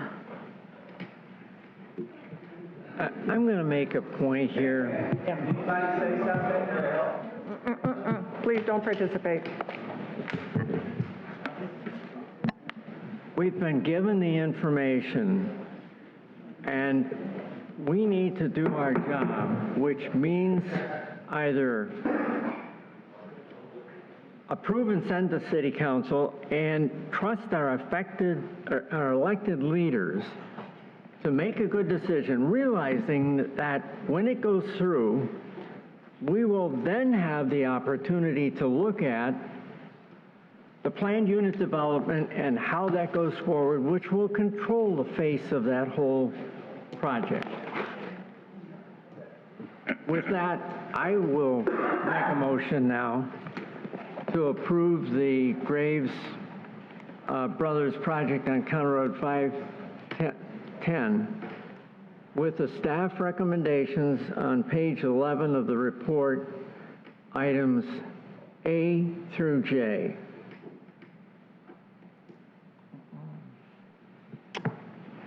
And I will second that. Roll call vote. Before we vote, can I have a clarification on that? So I know which way to vote. I need a clarification on the motion. Oh, the motion was to send to City Council and recommend approval of the Graves Brothers County Road 510 South project with the staff recommendations A through J.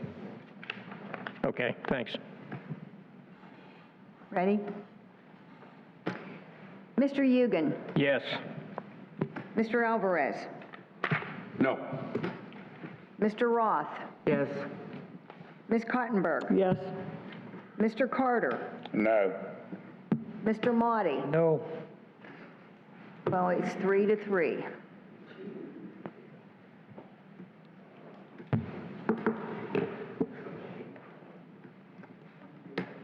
What are our options?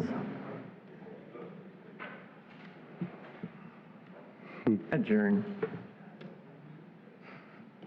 I mean, at this point, if this commission is not going to be able to reach a consensus as to send it with a specific recommendation for approval or a specific recommendation against approval, then, you know, there would have to be entered in. It's kind of like a tie as a no vote type of thing. So it would, you know, basically just proceed on to City Council as a recommendation against. Okay.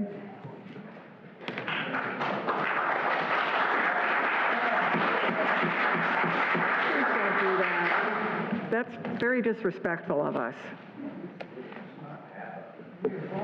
Okay, we still have a couple things on our agenda, which are next to nothing.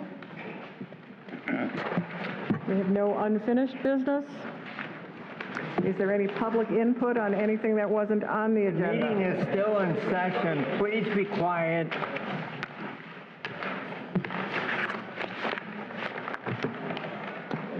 Okay, commissioners' matters?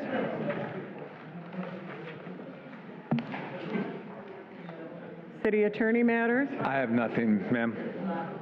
Staff matters? No, thank you. The staff does matter, by the way. No, thank I have another half-hour presentation. Hang on. You only have 15 minutes. Now the meeting is adjourned. Thank you. Thank you all.